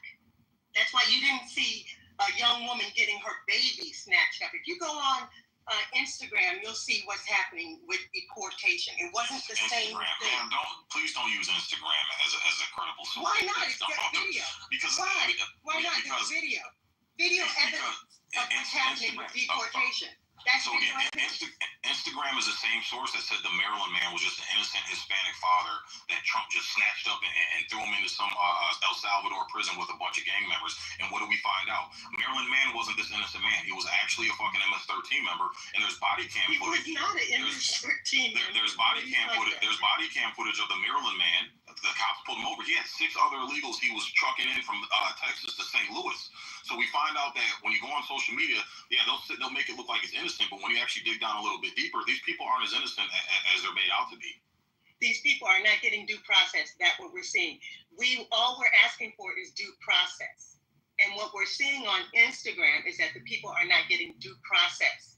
And we're seeing that the people are getting unnecessarily roughed up. That's a lie, Rosalind. That's a lie. That's not a lie. We're seeing video evidence. Okay, so here's the thing. Here's where ICE is at. ICE is standing by the courthouses and taking these people after they see the judge. So that is due process. ICE isn't snatching these people up before they see the judge. They're waiting for them after the judge declares them that they need to leave. So ICE isn't just snatching these people up before they go in front of the judge. It's after, Rosalind. Like, you're telling lies. No, I'm not telling lies.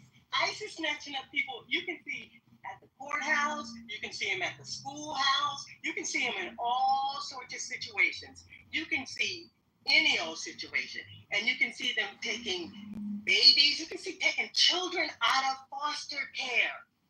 Children out of foster care. So you see all sorts of situations. So we can just pick them. Yeah, Sig, what do you think about, I'm sorry if there's Q, but Sig, what do you think about the gay makeup artist, the Venezuelan that was sent to the prison in El Salvador? What do you think about that one? I didn't hear about that one, Holly, so I can't speak on that one. They never hear about it. They never hear. Ma'am, I can't hear about everything, but did you hear what I said? I said if she can post a link in the chat, I'll be more than happy to read it. You can't possibly track every single freaking story, man. So I was being fair and saying if she's got a link to post, I'll be more than happy to read it and then give commentary. Or the guy with the autism the autism tattoo, who's sitting in a Salvador prison. Yeah, I mean, either way, even if they are, I think that the gay one, that one really bothers me, actually. But even if, like, the Maryland guy you brought up, I agree. I don't think he was as innocent as they tried to paint him. Yes, I agree. But I have a big problem, and he was El Salvadorian, so that's okay. But I have a big problem with sending Venezuelans to El Salvador. Okay, I got a big problem with that. Like, I don't understand how we are okay with sending Venezuelans to a Salvadorian prison. Why are we sending them to a prison at all? Why not just deport them? Why are they going to a prison? Because we hand them over to the government, and then that government decides where to place them. At that point, once we hand them over to the other government, it's out of our hands. But again, what Biden did, Biden actually broke the law by allowing these people to flood in the way that they did. There was actually laws on the books. Biden broke those. All Trump is doing is restoring the laws. And even if you look at Mayor Adams in New York, this is why the Democratic Party hates him, because he finally came out and admitted this is fucking nuts what we're doing over here in New York. And Mayor Adams actually came out and said, we're going to bankrupt this city. New York is going to be bankrupt. And notice how the Democratic Party, next thing you know, Mayor Adams has corruption charges pending against him from the DA in New York. So when he comes out and tells the truth and says, yeah, actually we're doing people more disservice, Democratic Party tries to sabotage him with corruption charges. Hey, so Sid, which law did Biden break again? The immigration law. There's a process that not everybody can come in here declaring asylum. You can come in here declaring asylum, but you don't just get to automatically come in. It has to be evaluated. But Biden let all these motherfuckers flood in. No, I'm saying, but which law did he break? I'm just curious. Allowing people to flood in. Period. Okay. That's a law. How did Biden specifically allow them to? Because he didn't have them go through the proper process. And also Democratic officials were telling these illegals what to say in order to meet the asylum prerequisites. Most of these people did not qualify for asylum. So when your party is telling these people what to say and how to lie in order to work the system and to get in, that is breaking the law, sir. Because if they answered honestly, they'd be rejected at the front door. That's breaking the law. Lying on official federal documents is actually against. Biden didn't lie on a document. So you're just saying that. So let me ask you this one. Let's move the conversation forward a little bit. So how do you feel about? Because I think you guys make points. So basically, more of the moral ethics issues are the things that Trump brought on, like illegals, abortion, school of choice too. Okay, let's go with that's a whole other issue right there. But I guess the point I would make is, do you think they're politicizing this issue? Because during the Trump, Rosalind made a really good point, right? This sanctuary city thing and immigration has been a challenge for 30 years. Nobody's really solved the problem. And then Trump, for whatever it's worth in his first 4 years, didn't really solve the immigration problem. Mexico didn't pay for the wall. The wall wasn't built.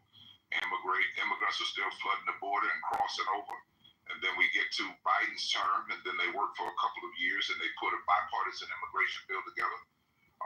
The fact of the matter is, Trump preferred to run on it because he knew we'd be having this conversation and it would benefit the party. And I think he won on these issues for whatever it's worth, right?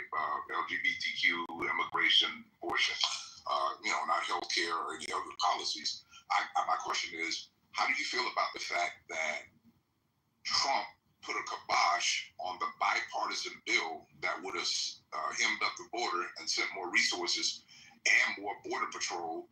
But Trump said, basically in so many words, don't pass that yet, because I need to keep exploiting the people, because that's a good issue for me to run on. How do you guys feel about that? So that's not true. I'm actually in Laredo, Texas right now, right on the River Grand. Every fucking 20 feet, there's a border patrol car. And it wasn't like that when Biden was. I've been here working in Texas for the last 3 years. And when Biden was in office, there wasn't a border patrol car every fucking 20 feet. What I was saying is, the bipartisan bill for immigration that we needed, right? What I'm saying is, that was ready. They worked on it in caucuses for a year, 2 years, and then it was ready to pass like last spring. Trump preferred to run on the issues. I was asking specifically, he politicized it. He said, no, let's let the illegals keep coming over. That's good for me, so I can put a kibosh on it when I get there. I'm saying, how do you feel about him politicizing such an important issue to America? I've never heard that, CEO. If you got a link or something, I'll be more than happy with it. I've never heard this. Is my first time hearing it. I would Homeland Security and Border Patrol is underneath the federal branch of the government, underneath its wing. And when you go to the border and talk to them, they're underneath the command of the commander-in-chief at the border. He has complete command over it. You can enforce it. See, I've been to the border for 4.5 years. I've been there. I know exactly what you're talking about. The first time I seen it, it's probably in the first year, it was like only one goddamn security border patrol. I spoke to these people time and time again. It was directly intentional. He could have did executive order, and the reason why I'm saying what I'm saying is true. Once Trump became president, he completely used executive order to correct the issue at the border without Congress or the Senate. Correct, CEO? What I'm saying is right or wrong? Executive orders don't last. Biden actually used executive orders. As specific as your question, the border in regards to immigration. Trump became president. Right? Hey, Nathan, hold on a second. Here's one thing I'll give you, Nathan. Trump has done more executive orders. Traditionally, what was a North Star for our government was to get a bipartisan bill passed so that these issues will last. That's just a history and protocol that's happened. So yes, Trump has done everything by executive order, but also for a comparison and contrast on this parity issue, this inequality issue, inequity, a recent judge, if you guys want to look at an article I posted, said that the NIH grants that Trump used executive order to try to refute, deny, and defund, he said it was the most appalling example of racial discrimination in his 48 years or whatever on the bench, and that was a Reagan-appointed judge. So there's a lot of things that, yes, executive orders are passing, but there's a lot of things that haven't stood the scrutiny of our legal system that Trump has tried to do that's been kicked back to him. And literally, the judge himself, Reagan judge, said the most appalling racial discrimination set of policy that he has seen in 40 years on the bench. Hey, Rosalind, were you about to say something about Nathan's point? Let me get in there after Rosalind. Whose voice is that? I don't know what you do in your personal life, but if I get murdered, I'm going to hire you. Yes, I was. For real. Yes, I was. Yeah, I have 2 points. Okay, go ahead, Rosalind. Who said that, Nathan? Yeah, brother, you can go ahead and deflecting, bro. I'm going to hire you, man. I hear you. Thank you so much, my brother. Hey, but your point stated, Nathan, I didn't need you to reiterate it. You've been consistent on your point. Go ahead. Executive orders don't last, like you were saying, and you need a bipartisan bill. And James Kennedy, wasn't it James Kennedy who was the Republican leader on that bill? And he sat there and he worked very, very hard for that bipartisan bill on the border that was agreed to by both sides. And Trump was the one, just before it was time for that bill to be voted on, he kiboshed that bill because he didn't want it to pass. He wanted to run on it. And you guys are not following politics. And then you come in here and say these things. And then during the State of the Nation, when Trump was speaking, James Kennedy sat up there and agreed that is it James Kennedy? Am I right on that? Is that the right person? I know his last name is Kennedy. He was the one who wrote the bill. And he sat up there and agreed that Trump killed the bill that he worked so hard on. It was when Biden did that State of the Union speech. And that is what happened around the immigration bill. And that bill, what was included was more people on the border, more judges down there, so that they could have sped up the process of getting people through when they claim asylum or not. And it's legal to claim asylum. They just need to be adjudicated faster. And they had more judges, more people down there. They had gone through all this stuff to solve the problem. And Trump told the Republicans not to vote on it. And that's what happened. Hold on, let me do a quick room reset. Hold on, let me do a very quick room reset. So, healthy debates, ladies and gentlemen. JB started this room earlier. He's not in right now. You know, so you have myself, Sig, CO, and King. And obviously, as you hear, we all have very diverse opinions and personalities about certain topics. JB opened this room to talk about Juneteenth. And that is still the topic at hand, but we've kind of deviated into other areas like immigration and policies and et cetera, et cetera, et cetera. Trump, Biden. And so someone suggested we change the room title. I'll leave that up to the other mods because I do want to keep Juneteenth centered. So we still want to come back and address the title. What does Juneteenth mean to you? Do we need holidays like this? Is it an anti-Black holiday? Does it benefit Blacks? Is it a racist holiday? Rosalind in the chat said Juneteenth forever. So we can, the topic at the pin at the top of the room is still the topic at hand, but we are dipping and dabbing into other hot topics as it relates to racial issues and politics. You know how we do here in Healthy Debates. And so that's a quick room reset. Anybody can come up and add to what they have already heard or introduce, kind of add to what they heard or respond to anything they heard. And whoever was speaking that I interrupted, the mic is. I just want to say, anybody suggesting that Juneteenth is anti-Black and anything is crazy. I've celebrated Juneteenth all my life. Like, this is a Texas holiday. It's never been a national holiday. Juneteenth is about the slaves in Texas finding out that they were free 2 years after they actually were free. Other states actually have their own emancipation days. So I actually didn't like the idea of co-opting Juneteenth and making it something that everybody is for everybody because it's just not true.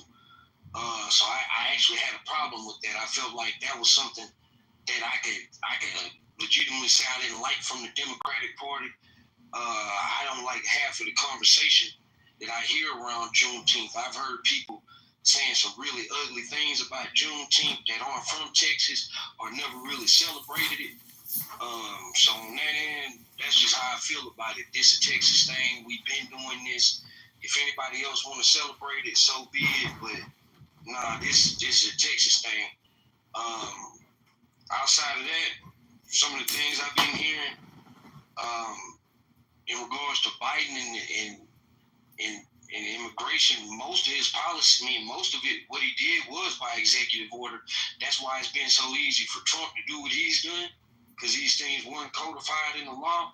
And again, as a lifelong born and raised Texan, I'm telling y'all this, that border issue that you said, Sig, you said you've been down there for 3 years, and 3 years ago it wasn't that type of security down there. I'm telling you that 10, 15, 20 years ago, that's how it's been, brother. The Republicans in the state of Texas are a joke. Like, they've always allowed illegal immigrants to come through our state. They've always allowed it. It wasn't until Trump came into office and, that rhetoric, that language that he used, and then they got behind Trump with that. But Abbott and them guys, make no mistake about it, when Abbott was lieutenant governor, like, man, this is the type of shit that was going on. Dan Patrick, our lieutenant governor now, who's a fucking joke, a former sports reporter. Like, come on, these guys are jokes in the state of Texas. They need illegal immigration. Like, those farms in South Texas, where you at, they wouldn't run without those illegal immigrants. So what happened with Illinois and New York, y'all failed to mention that Abbott was sending them people up there, and they inundated that city. It's not like the city of Chicago just wanted all those folks, even though I do understand that Chicago is known as a sanctuary city. I know plenty of people who, well before this, they would travel to Illinois to go get their licenses and shit because they couldn't get their license in Texas. So this has been going on. But in terms of like what happened during that period, like y'all being very disingenuous. So anybody bringing up Greg Abbott, like Greg Abbott is some kind of hero, I'm here to tell y'all, man, that this man is on the verge of being voted out. These Republicans in Texas are upset with him white people in Texas are upset with him, so y'all don't know what y'all talking about. And I'm going to just keep it a bean on that when it comes to Texas. I've seen ridiculous racism in Texas that shocked me.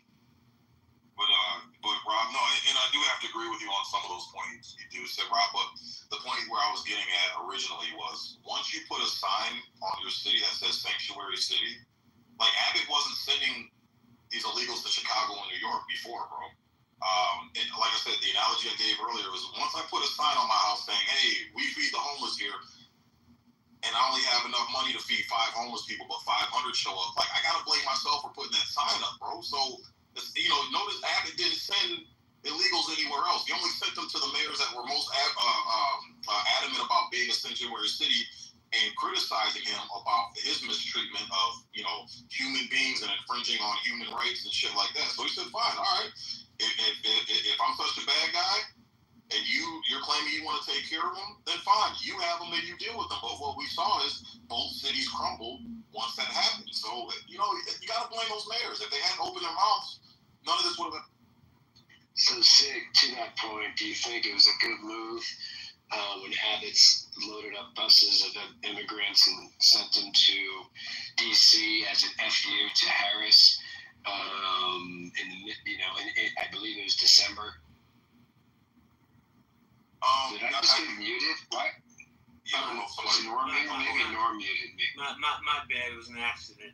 I didn't like what you were saying, but. Thanks, JB.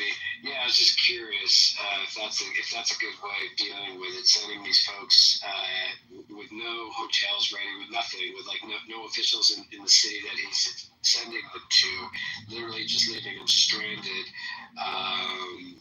with no shelter, essentially, just literally as a political FU to Harris. Is that the best way to handle the immigration problem? Yeah, absolutely not. And I don't like that these people were used as political pawns moves. So that's the one place I think we can agree. I don't agree with how Governor Abbott handled it, but I understand why. But I'm with you. I don't agree that he used these people as political pawns with the move.